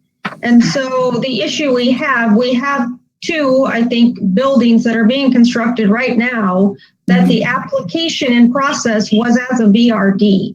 So we are not going to be able to not issue them licenses for those two that are under construction. But we did think that we could pause the rest by issuing a moratorium on future VRD licenses until we get some ordinances in place to address them. Because there are ways to address VRDs without doing it as a zoning code issue. You can do it through business regulations as well. It just depends on what the council and the planning commission eventually come up with to deal with them.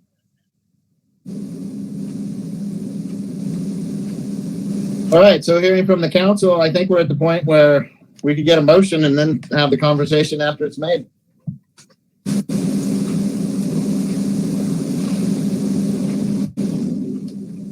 So I'll make a motion to have a moratorium on vacation rentals. That's the issuance of business license for vacation rentals. Mm-hmm. And you got to put a time frame on that. Does that include is that in the residential R1 and R2 zones? Only in the city limits, which is yeah, but it says here in discussions with Shayla, Crystal, and myself, we discussed an option of putting a moratorium in place for business license to vacation rentals and residential zones. I'm assuming that means R1 and R2? Yes, that's correct. We just talked about doing residential zones only. Okay, well, we have Gary to say need that in to the add motion. that to, does he need to add that to the motion? Yeah, that and the time limit as well. We have to put a timeline on that. Be it 6 months. We probably can't do more than a year, I would imagine. And we'll know a lot more in 6 months. We'll know a lot more in 6 months, and I think we can always extend it if we have to. Correct. And be clear that the two that are under construction will need to be issued business license. They're under construction. Right. Absolutely. Everyone's clear on that? They're grandfathered in? It has no bearing? Gotcha. Could I say something? Yeah, sorry, James. I can't see you. I only got 5. Yeah, no, that's okay. I'm just thinking with what Shayla's saying is that then somebody is going to be like, well, I've been remodeling my house for the last 4 months and in preparation of making it a vacation rental, blah, blah, blah. Why don't I get one since they are doing theirs and they get one? it'll be based on the permit, the date of a permit that you applied for. Those two that are under construction are specifically vacation rentals, is my understanding. When they submitted their application for development, they're labeled as vacation rentals. Yeah, because there are places that are being renovated that do not have permits. Yeah, and we've had an influx because people have heard, obviously, of people applying and all those things to get in beforehand. So the word is already out. So I think we issued this week the most amount of business licenses I've ever issued since I started.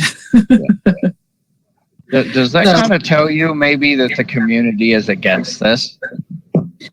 What was funny is that every single one of these was people who are not permanent residents here. Right. They were all outside people that do not permanently reside within Port Orford city limits. Gotcha. So what you would consider like an outside investor? Yes. Right. Mm-hmm. Okay. My one other statement that I wanted to make was that in this motion, since we're obviously trying to jointly develop this, is that you might want to put an exception in for renewals of existing permits that need to be renewed during that time period.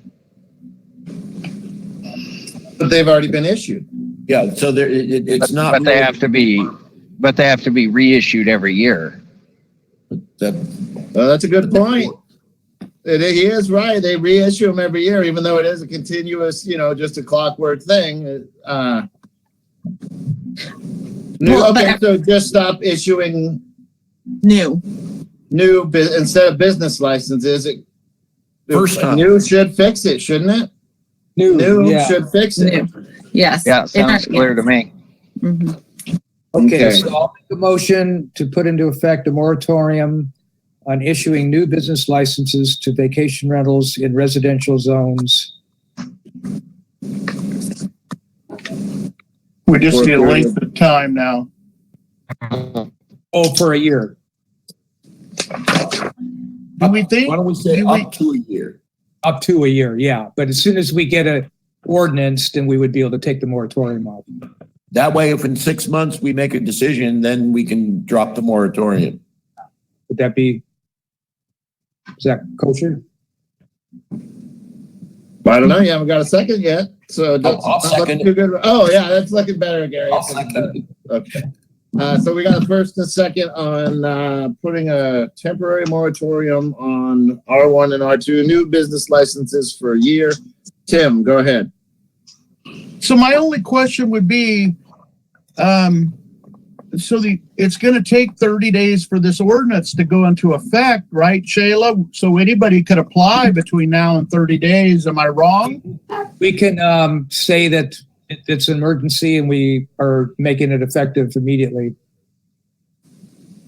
Shayla, what do you think? Shayla? They don't, this isn't exactly an ordinance. It's a motion of the council to do this. It can take effect for 30 days unless it's declared an emergency, but a moratorium, I believe you can take, it's effective immediately upon your vote. It's not an ordinance. Yeah. Okay. Like the water. I was just curious. Okay. Any other discussion on that? This is a tough one. I'm sitting in the easy seat. Tim, you miss his chair right now, don't you? It can come around and bite you every once in a while. Yeah, exactly. I should probably not say that until I just jinxed myself. All right. So any questions or conversation on that? We covered it's for new business licenses, residential. So I guess I will call for the vote. Carolyn. Wait. Carolyn, James, yes. Did someone else? I was just going to say I was going to say I was uncomfortable with the year, and I would definitely prefer 6 months, but I think everybody knows the way this is going to swing anyway. So unless other people feel the same or want to chime in, then it's fine. I feel it's better for us to renew than it is to cancel it. That way people know that there's active participation occurring rather than us forgetting about it tomorrow and it's stuck for a year. Exactly. Yeah, that's the thing. We don't, anything that hints of moratorium, we better be on. All right. So we had a yes vote from Councillor LaRoche. Yes. Greg. No. Tim.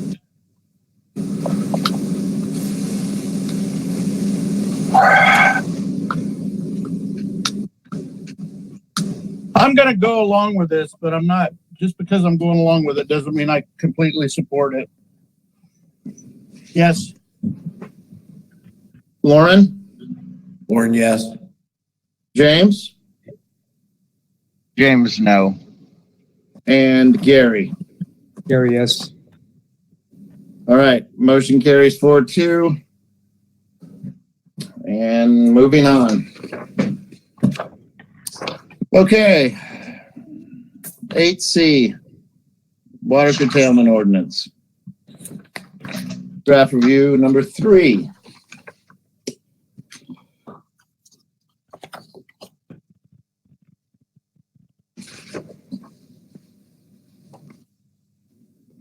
that's what I forgot to ask John for the public works report. John, are you still here? Yeah. Hey, is our gallons per minute affecting on how much we can pump it all? I mean, like compared to years past when we have these intermittent days that we can pump, it's only like 10 gallons a minute or something, isn't it?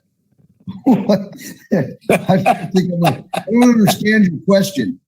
Well, like, so our contact time, like, well, I guess that doesn't have anything to do with what we're pumping, though. Right. Never mind. So what happened last summer was when we run over 12 hours a day, we were exceeding what the pond would replenish overnight. Mm-hmm. So we were pumping more than what was coming in. So yeah, it does definitely affect it. And remember, we're still at the state required 260, where we want to be up around 310 when we get our new pumps. Right. And that is enough gallonage to make a difference then, as far as, you know, when you got, like, I'm talking about wintertime when you have these short little windows to pump, that does kind of work against us a little bit. Well, what was weird is 3 days ago, we had a couple boards out because the pond was too full and was running into the shack. So we pulled a couple boards, dropped the level, and we left it like that for like 4 days while we were pumping 12 to 16 hours a day. And all of a sudden we were in that just a little under 2 feet. So we had to throw a couple boards back in because the water had slowed way down. We did have over 7 inches of rain in December that really messed us up. So that it's really hard to set those levels. I kind of just had to go with the best idea I had, but yeah, knowing that we could go from level 1 to level 4 in a day easily, or 2 days. I mean, it just depends weather and, you know, how many hours we're running to keep up with demand. Got it. And we've had some, I mean, with the fires too, everyone knows obviously the Lindbergh House fire really, you know, took a toll on the water. I think I was on the phone till like 1 a.m. with John trying to watch the water levels the whole time. So, I mean, if something like that happens, that's huge too, because that takes a major toll on it for the amount of gallons that it's pumping out. And that's kind of the story I'm trying to paint, is that this is more than just a summertime problem at this point. Right. Absolutely. Year round. That leak we just did on 9th Street, that was a 2-inch. If that had failed completely, we could have lost over half the tank in 4 hours. Yeah. So that's what you got to keep in mind. 1 2-inch leak will drain the tank within 8 hours. John, I've been looking into cured in place lining for our pipes and trying to get somebody to come down here and try to give us a quote for like an area, like a block, and see what that would cost to see if we could get, you know, some relief. So that's what I'm actually looking at. That really, it's called cured in place pipe lining. So, which is awesome stuff, but we have a bunch of poly services and asbestos lime, which don't work as good for the linings. Yeah, like this is a crazy savings too. So, I mean, we might be able to really, you know, look. That's what I'm really looking forward to as a counselor, really trying to help out there. So, thanks, Greg. Yeah, the problem with the cured in place lining is then you have to go back to every service and every valve and cut in. It's pretty expensive, and actually, the asbestos piping, to be honest, I'll just say it, needs to come out of the ground by EPA, and we're way behind the times on it. I understand. I'm just trying to see what we can do for, you know, current situations, especially in some of our trouble areas. Maybe even going just the ones just to the, you know, the fire hydrants and stuff like that, starting at those, since those are obviously a huge problem, and then seeing about getting the rest. But just trying to figure out what we can do to help out some of this stuff. Oh, thanks. I appreciate that, Greg. And gotcha. Okay. Any questions on the ordinance then?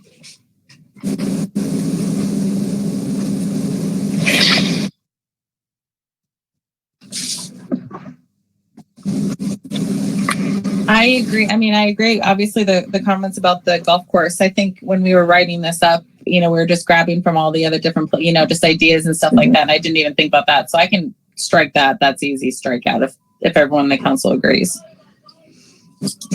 Yeah, no, I mean, by consensus, everybody okay with that? Okay. Yeah, go ahead and take that out then, Jessica. I don't even know if we have room for a golf course in city limits. We don't have a room for the people in city limits, let alone anything else. That's true. Okay, and then the designated parties part, it's on page 2. Designated party, persons designated by, oh, that's just definitions though. Okay, never mind, we're good. But the city that's what it is. The city administrator, do you designate those people? Or we designate you, I thought is what we talked about. Like the council empowers you because it's an emergency type thing. Well, that's just the definition of me. That just means that I can say, if I can't make the call, then someone else can. That's kind of what it's saying. That's just the definition. I think what you're talking about was designated party, persons designated by the city administrator. There was a different section in here that we had talked about having you guys designate me or designate a party or something like that. But that's just that definition. It was a different section I thought we were talking about. I might be wrong, but I thought that we weren't. It wasn't to designate you. It was to enact the water curtailment stage. So that yes. That's a whole different section. The declaration of emergency. So purpose, the first page. The city hereby, when they can declare who can declare and when the declaration can be done. I think is what we had talked about. Yeah. Yeah, I just got caught up on the definitions is all because the sentence was confusing. Yeah.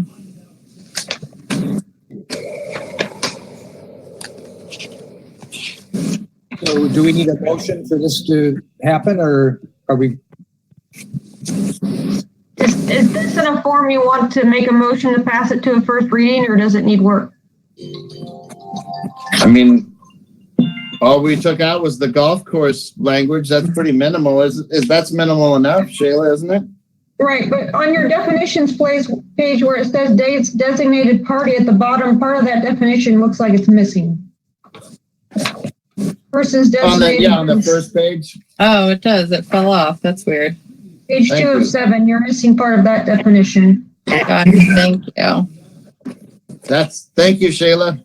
I did not articulate that very well, but that's what caught my eye.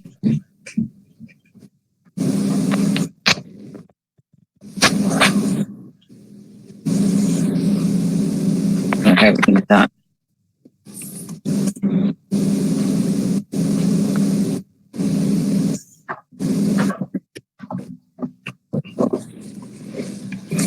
I mean, John and I just changed some language in here with regards, obviously, to the amount of feet in the holding tank. And so I don't know if you guys obviously want to make sure you guys all saw that, but I think those are kind of just minimal stuff.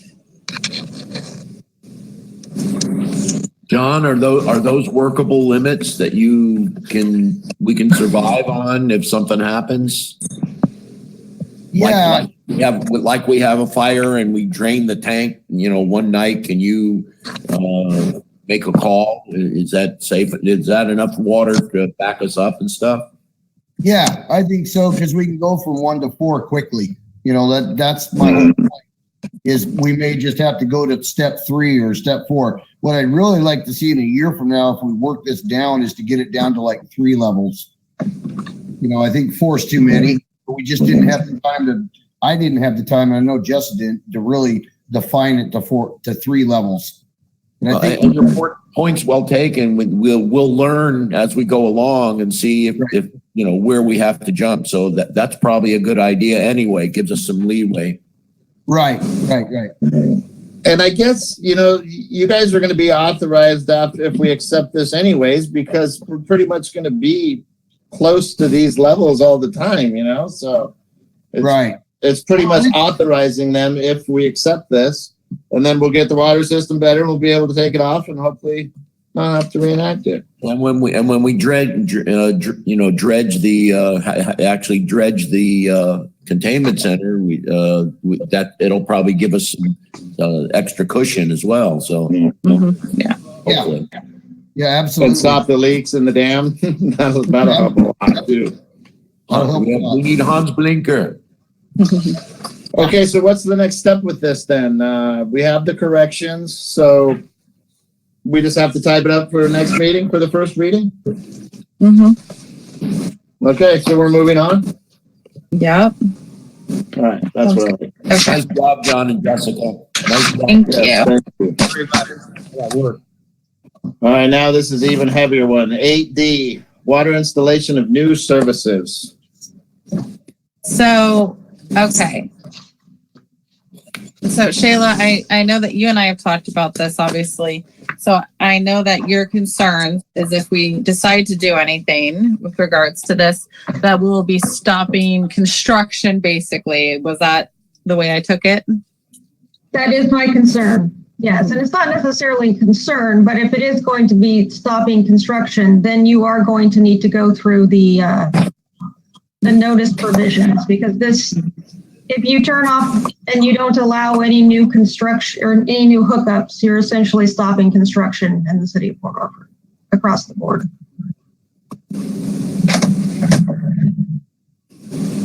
Even if we're allowing them to put a well in? Yeah. I'm not sure what the requirements are for wells. I don't know if some of these properties can have wells or not. Well, some will be able to and some will not be able to. You have to be Right. 60 feet away from any sewer. You have to be 100 feet away from any property line. You have to be 100 feet away from any hazardous materials. So there's going to be some folks on smaller lots that would not be able to probably put a well in. Well, And I and don't the know what last the one is you got to requirements- find water. Right, and I don't know what the requirements are for commercial development and wells. Whether, Commercial developments are virtually the same. I'm in contract right now with a well driller, okay, and I've already sent my information to the state of Oregon. So Well, Tim, that changes a little bit too. If you're on city sewer, your distance, your separation is decreased a lot. It's 60 different feet. If you have a septic system on site and a well, I believe it's 100-foot separation. Whereas if you're on sanitary sewer for the city, the separation's 10 feet. That could be no, wrong. it's 60. It's Is it 60 feet. 60 feet if you have the lateral sewer lines, and if Okay. you have your own septic, it's 100 feet. Well, Okay. and within city limits, you have to have sewer no matter what, not water. You're not required to hook up to city water. You can have your own well, but you are required to hook up to city sewer the way it is. That's if you're within 100 feet of the manhole, though, right? Yes. Yes, that's correct. So John and Jessica,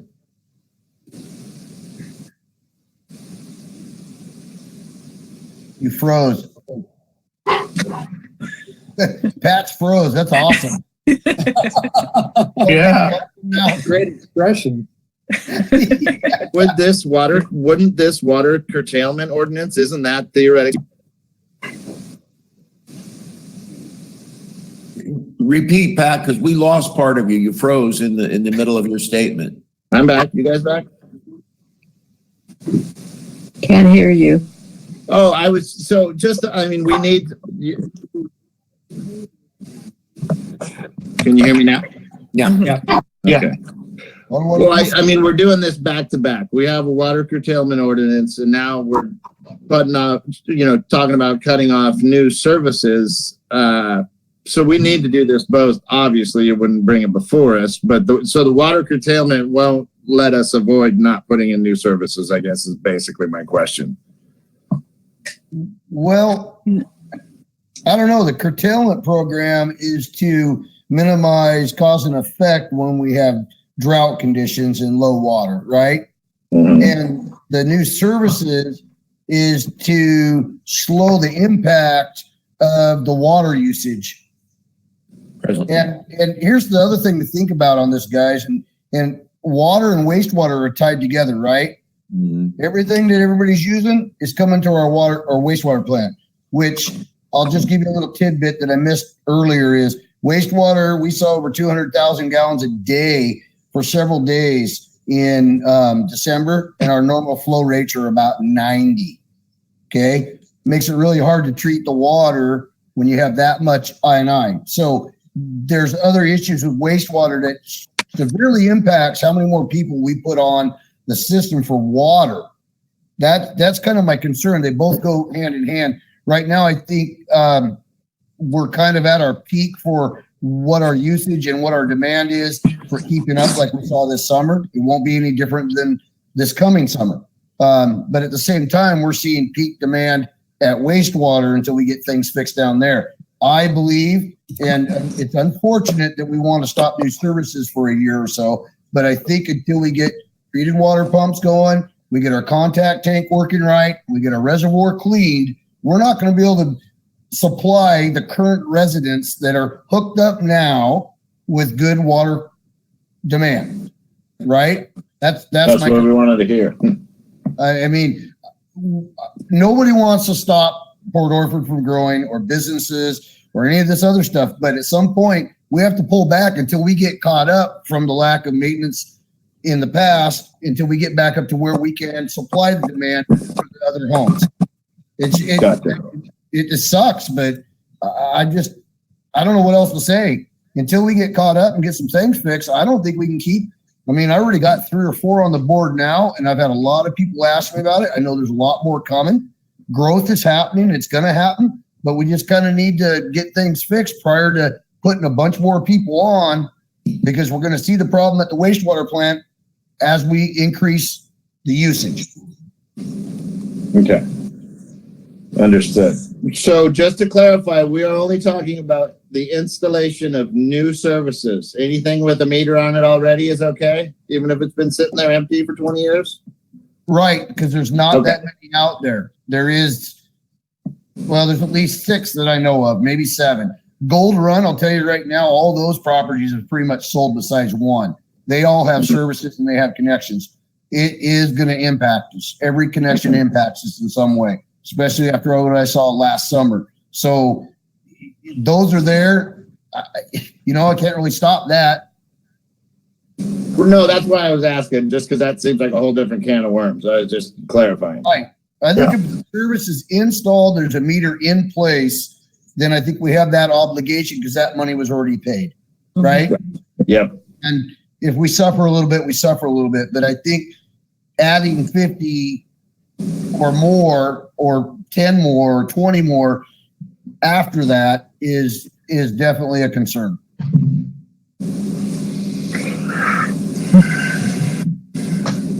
I don't know, maybe this turns around quicker. We get state funding and we make some, repairs to the contact tank and the pumps, and we get the pond dredged. But I think we're looking, Jessica, correct me if I'm wrong, we're not talking till next year before we can get our pond dredged. And our pond is, like 3 foot deep, and it should be 9. Yeah, they said October or November is when we can start to dredge, more than likely. Wow. More likely, that would allow us to take this off the books come early May. Once the water clears and spring comes next year, we should be able to have that pumping capacity back to where we can run long hours to catch back up with usage. Now, I have a question about the dredging. Can we dredge before we rebuild the dam?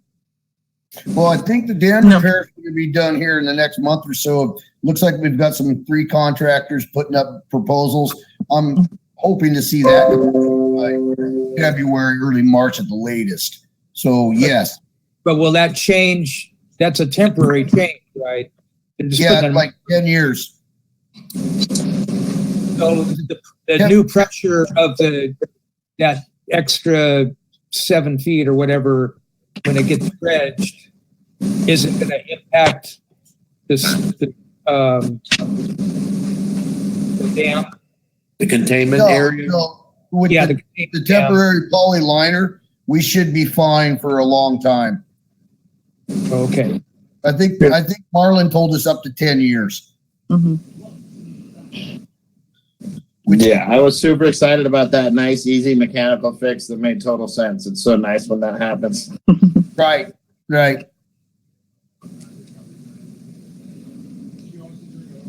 Okay, we're back to that same empty, uncomfortable silence of waiting for a motion on this. We've heard from our our staff for the second time on this. So what's the motion going to be looking like? We're going to be making a motion to stop new water services, water service, Well- water and sewer installation? Well, I think it's kind of just a motion to let us go forward, because if we do that, it stops construction. And then I think we have to go to a hearing and all that stuff with, so it's just kind of a motion just to start that process, because then we have to notify a whole bunch of different jurisdictions so that we can start the hearing process, because and I think we have to give them a certain amount of days ahead of time, 30 days, I think it is. So you need a motion to move forward or just consensus? I think just consensus is fine if that's what we want to do. And then I'll just have to work with Crystal on getting the notifications out. Okay. Shayla, that all sound good to you? Yes.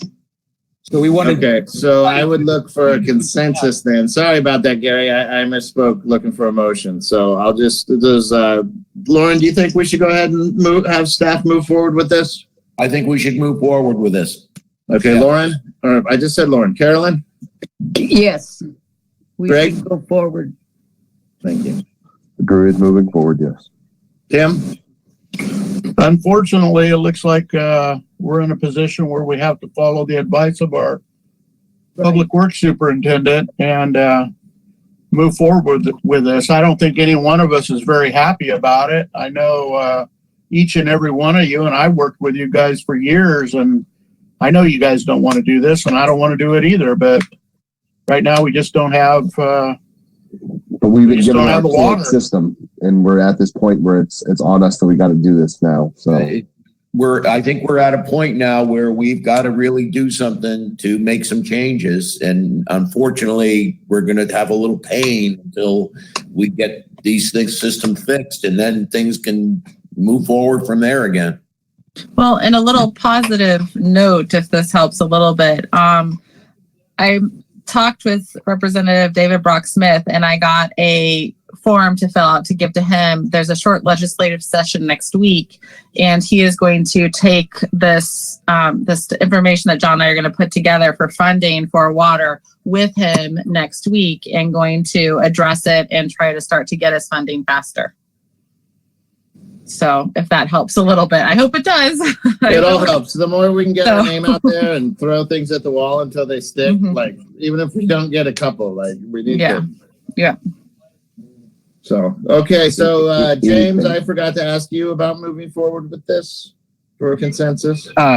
Yeah, I concur that this has been inevitable. It needs to happen. I just hope we can keep the time frame as low as possible and get things back on the road again.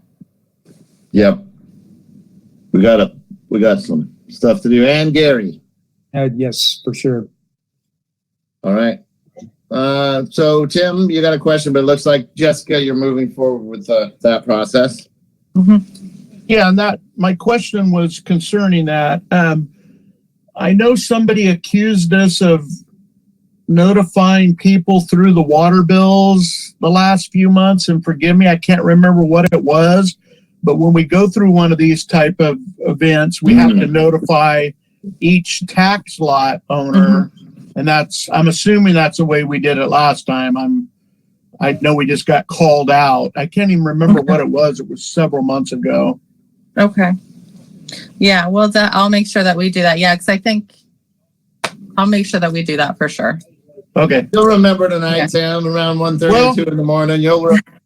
It was a letter. I can pull it up. It was a letter that one of the constituents wrote me and said that they weren't notified and they own tax lots, and we only notified people via the water bill, which doesn't hit, some of the tax lot owners that don't have a water bill. Got it.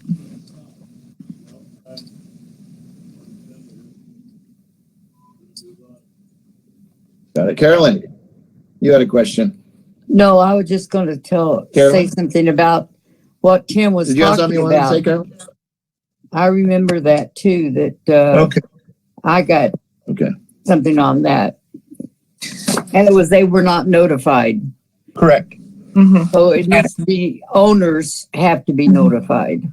Got it. Thanks for the heads up, because we definitely don't want to do that twice. No. Thank you. Okay, so now we are moving on to new business. Thank you, all you counselors. That was a pretty intense hour for even with the stuff we've been dealing with. So we're moving on to new business. A TLT committee appointment of Nancy Frazier. I'll make a motion to accept Nancy Frazier to the TLT committee. I'll second. All right, we got a first and a second. We'll go ahead and call for the vote. Lauren? Looked like a yes. Carolyn? Carolyn, yes. Okay. Greg? Greg, yes. Tim? Tim, yes, and thank you, Nancy. Yep. Gary? Gary, yes. And James? James, yes. All right. Awesome. Moving on to new business B, TLT committee appointment of Michelle Leonard. I'll make a motion to accept Michelle Leonard to the TLT committee. I'll second. Okay. Carolyn? Carolyn, yes. James? James, yes. Gary? Gary, yes. Greg? Greg, yes. Tim? Tim, yes, and thank you, Michelle. Yeah, And awesome. Lauren, yes. And did I ask you first, Carolyn? I think I did, didn't I? Yeah. All right. So Nancy and Michelle, thank you both. City's very lucky. Both ladies are very tenured in the community and have already done tons and tons for the community. So we're all very lucky. Thank you. So moving on to 9C, resolution 2022-2. We know we're working on that. I don't see a vote coming, so we're just going to move on to the right-of-ways, if that's okay. Okay. So the first right-of-way we have is for Marty Million on 1840 Oregon Street. I'll make a motion to accept the right-of-way request for Marty Million. I'll second that. Okay. Does anybody have any questions on that one? It's conditional. It's supposed to be removed by John in May. It's just, because of the weather and stuff like that. It looks like I rode by there. So he's doing it to protect our right of way when you think about it. So okay, I'm not hearing a lot of discussion. I will go ahead and call for the question on that. Gary. Gary, yes. Carolyn. Carolyn, yes. James. James, yes. Tim. Tim, yes. Lauren. Lauren, yes. And Greg. Greg, yes. Okay, so the next right-of-way we have is for Coast Community Health. I think you all saw that. They want to put their trailer there, which is, well, it doesn't say mobile trailer, but I'm assuming it's a mobile trailer, right, Jessica? Mm-hmm. Yes, Yeah. it is. Yeah. Like RV style, hook up to your truck. Yeah. So that was very nice of them to ask. I'm going to just go ahead and ask for a motion on that. I'll make a motion to accept the Coast Community Health right-of-way request. Second. All right, first and second. Carolyn? Carolyn, yes. Lauren? Lauren, I have a question. Is it going to be I'm on sorry. property? Is it going to be on their property or on partially the roadway there? Because there's parking lots there on that southern side for the teachers for the for the driftwood. And I don't know, is there room to put a trailer in there? I guess that's the question. It's a relatively small one. It's actually the one that's located on the north side of the building right now. They just want to. Okay. So it's a relatively smaller one, and there should be plenty of room for the teachers to still park there. You know where I'm talking about, where the teachers park in there? Yeah. Then I say yes. Then I say yes. Okay. Yeah. Well, so half of it is parked on the school right away, Lauren. So that does tell me it will just be a couple feet and you shouldn't have a problem. Let's hope. Yeah. Well, it's a condition. It's a right away. It can be, if it's a problem, it can be taken care of. So, okay. But you voted yes? Yes. Okay, I just clarified. I asked Carolyn first? Mm-hmm. Yeah. Greg? Greg, yes. Tim? Tim, yes. James? James, yes. And Gary? Gary, yes. Sorry about that, Lauren. I'm getting pushy so we can get to that executive session. I know. All right. 9F, right-of-way request for Lisa Patelli. I'll make a motion to accept the right-of-way request for Lisa Patelli. All right. I'll get waiting for a second, then I'll get right to you, Carolyn. Second. All right, we have a first and second, Carolyn. I have some questions on that. Why can't they put the fence on their own property? And what is the safety issue there? It doesn't say. John, did you have I know you talked to her and you went over there. Did you have any conversations? Which property is this? The one that Lisa, where the meter was on the inside originally when we actually first rejected it and sent it, when we told them that they couldn't put the fence around the meter. So that's 16th, right? Yes. Yes. So they moved the fence line the way it drawed. They moved it back to their property line, which is what I told them. So they don't need a right-of-way request then, do they? It's no, they don't. Because the first one, they were going to move it all the way out to the road. It was going to be in the right-of-way, but then the meter would be behind the fence. So I told him, basically move it back to your property line. So, but the one on the one side of the building was going to be just because of the power line, if I remember correctly. Right. It'll be within a foot of that next. Yeah. Yeah. So now the meter will be outside and basically the front line fence will be on their property. Mm-hmm. But the side is just a little bit onto the right of way. Right. From my conversation with them. And you know what the problem was with the safety problem? I don't. I think they might be addressing the power pole, keep the power pole outside so they could get to it safely. I really don't. Mm-mm. They never said it's the same reason fences are built for safety, to keep this in or that out, or or good neighbors are bad. Well, she's saying she said with her for safety and her privacy. Safety problem. It's not other people's safety; it's her safety. Mm-hmm. Yeah, it's not worded real well when you want to get into that. That's gotcha. Like, if you're going to have a safety problem, tell us what it is. Well, I think if you drove up that road and looked to your right, you would know. I'm looking at it right now on my computer. It looks like somebody else is using the right of way all the way out to the street. Absolutely. Everyone else. If you look at the house. You're correct. If you look at the house on the corner of the house is on the right of way. That's the thing about these 40-foot streets. Our house is like 12 feet in the right of way to where we have to move it if anything ever happens, knock on wood. So yeah, the property next to him there, the fence is way in the right of way and next to her. Plus, it's crazy. It's so the fence right there. Mm-hmm. Well, is there a reason for it not to be on her own property? No, the front fence will be on her own property. Yes. It's just the side fence is not, because she's at that corner little lot, but that's it. Right. It's within a foot, I think. Mm-hmm. Yeah. Call for a vote. Let's approve it. Well, everybody has an opportunity to chime in, Greg. I did that to Lauren last time, and I'm not doing it again.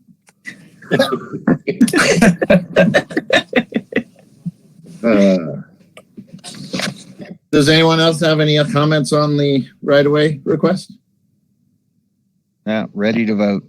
Okay, I'm going to go ahead and call for the vote then. Greg? Greg, yes. James? James, yes. Gary? Gary, yes. Tim? Tim, yes. Carolyn? Carolyn, no. And Lauren? Lauren, yes. Okay. Moving on to new business G, Planning Committee appointment of Krista Neer. I would motion to re-up Krista to the Planning Commission. I'll second I that. wholeheartedly second. Okay. Double second there. Any discussion? I didn't think so. Carolyn? Carolyn, yes. Lauren? Lauren, yes. Tim? Tim, yes. Greg? Greg, yes. James? James, yes. And Gary? Gary, yes. Okay, moving on to 9H, Planning Committee appointment of Pamela Burnt. I make a motion to accept Pamela Burnt to the Planning Commission. What is she, a president or? Vice Chair. Just to the Planning Commission is all you need. Okay. For the Planning Commission. Okay. Greg. I will Second. second that. Oh, we need a second. Thank you, Carolyn. But my vote is yes. All right, thank you. Lauren? Lauren, yes. Tim? Tim, yes. Greg? Or Carolyn? Carolyn, yes. James, I was looking at your picture and thinking of James because I try to mix it up, but sorry. So Carolyn, yes. James? James, yes. And Gary? Gary, yes. Okay. All right. So I know I'm going to burn through my considerations, but do we have any citizen considerations before we move on? Yes, Mayor, I'd like to comment. I'm Tim Palmer. May I go now? Yes, absolutely. I'm Tim Palmer at 608 Oregon Street, and I'd like the city councilors to know that there's a petition with 178 signatures that's been sent to our mayor and city administrator regarding a certain development that's been proposed here in Port Orford. And I just wanted to let you all know that there's a lot of concern about this and a lot of people who are very concerned and waiting to see what the outcome is in work between our city planner and the developer. So just like you to know that petition, 178 people very concerned about this development. Thank you. Thank you, Mr. Palmer. Anyone else? Steve Lawton? Yes, thank you, City Council. Mayor Cox, you made a slight comment about we should tax vacation rentals. That is the common practice throughout the United States. I believe about the average tax rate on a vacation rental, which includes also the tax on cleaning fees and service fees, is about 12%. If you look at some states, Connecticut taxes at 12%, New Jersey at 11.5%, Maine is at 9%, Florida is at 6%. And when we know that vacation rentals place an enormous demand on our water and sewer system, I believe this is a way that we might be able to generate some significant revenue to help John and his staff and our city with dealing with our water crisis. So we can talk about pennies with the gas tax, but when you're talking about that type of a tax on rooms that are going for $250 to $300 a night, it's quite a significant sum of money to help our struggling community with our infrastructure. Thank you.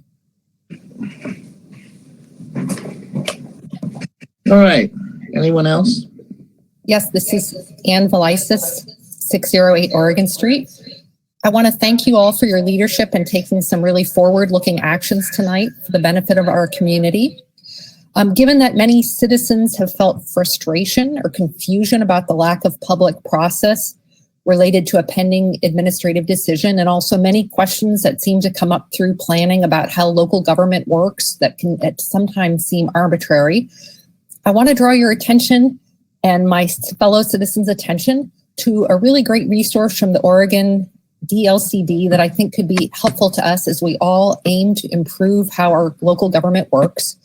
It's called An Introductory Guide to Land Use Planning for Small Cities. You may already be aware of it, but if not, it's short. It explains a lot of the basics about things like what are conditional uses, clarifying what is ex parte contact and what is a quasi-judicial hearing versus legislative.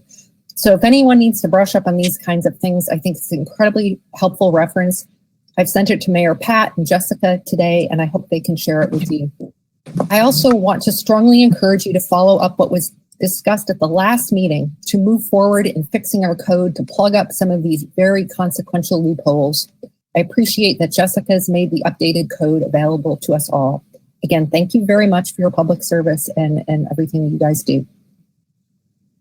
Thank you. All right, anyone else? Pamela Bird. Yes. Hi, Pamela Bird here, 769 12th Street. I too want to thank everyone on the City Council for your exemplative service. I think you're all doing a wonderful job, and it's a delight to be able to tune in, listen to you, participate, and also be on the Planning Commission. And one other point, Mayor Pat, you had asked about whether or not there was drone footage of the watershed. And I wanted to let you know that Wild Rivers Land Trust did some filming with Linda Tarr and Max Beacon, our conservation director.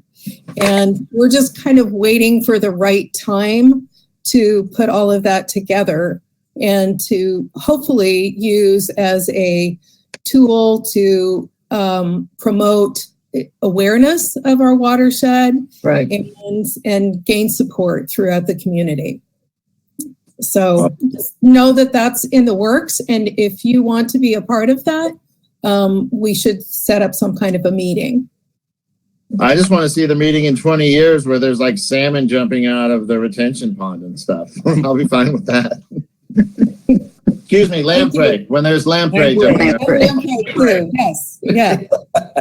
Thank you very much. Thank you, Pamela, for volunteering for planning again. You bet. My pleasure. All right. Any other citizen concerns? Hi, Mayor Pat. This is Jen Head. I'd like to say something. Sure. Okay, Jennifer Head, 1437 Jackson. My apologies. I was not able to sign on before the meeting. I had some technical difficulties. I just wanted to thank Jessica for making the link to the meeting clickable. Seems like a little thing, but super helpful. Thank you. Also, earlier in the meeting, I wanted to express my support for the vacation rental moratorium and also for water curtailment. I really appreciate the counselors taking these issues, livability and our water crisis seriously. Also, I wanted to offer my services to the city as a grant writer. I write and edit scientific manuscripts, grants, and other technical documents for a living. I am quite busy and I'm not sure I can be the principal grant writer. I would love to serve in an editing capacity, or if there is a grant writing team, a volunteer team, I would like to offer my services to be part of a grant writing team. I saw Wiz put a call out on Facebook and I haven't had a chance to respond to that. So Jessica has my email, and if anybody has come forward, please feel free to reach out to me about writing a grant, maybe for a grant writer position for the city, and or for the water system or any other of the grave needs that we have. So I just wanted to offer that, and yeah, as always, thank you all for your service. Thank you. All right. Anyone else? Okay, moving on to staff. I don't have anything. I don't know if John does. He already did his report. That's true. Do we have any counselor concerns? No. And then my only concern, Gary, what did she mean by a call out on Facebook? Oh, I sent you a letter or a note and email about asking for volunteers. For grant writing? Yeah. Okay. Just clarifying that. All right. So that's the mayor concerns. So we are going to go ahead and move into our executive session. And then we're going to be, so we have to wait to adjourn the meeting now, we have to wait to adjourn the meeting till after the executive session, but we will be kicking everyone off, and all we will be doing after the executive session is closing the meeting. There will be no action taken. Does that sound right, Jessica? Okay. All right, so we will call this executive session to order, and then we'll kick everybody out after we call it to order, yeah? Yep. All right. And I will, pause. I'll have to pause the recording. So we'll have to do that for a minute. Okay, so at 7:39, we are going to open our executive session under ORS 192.660, consultation with counsel regarding current litigation. Okay.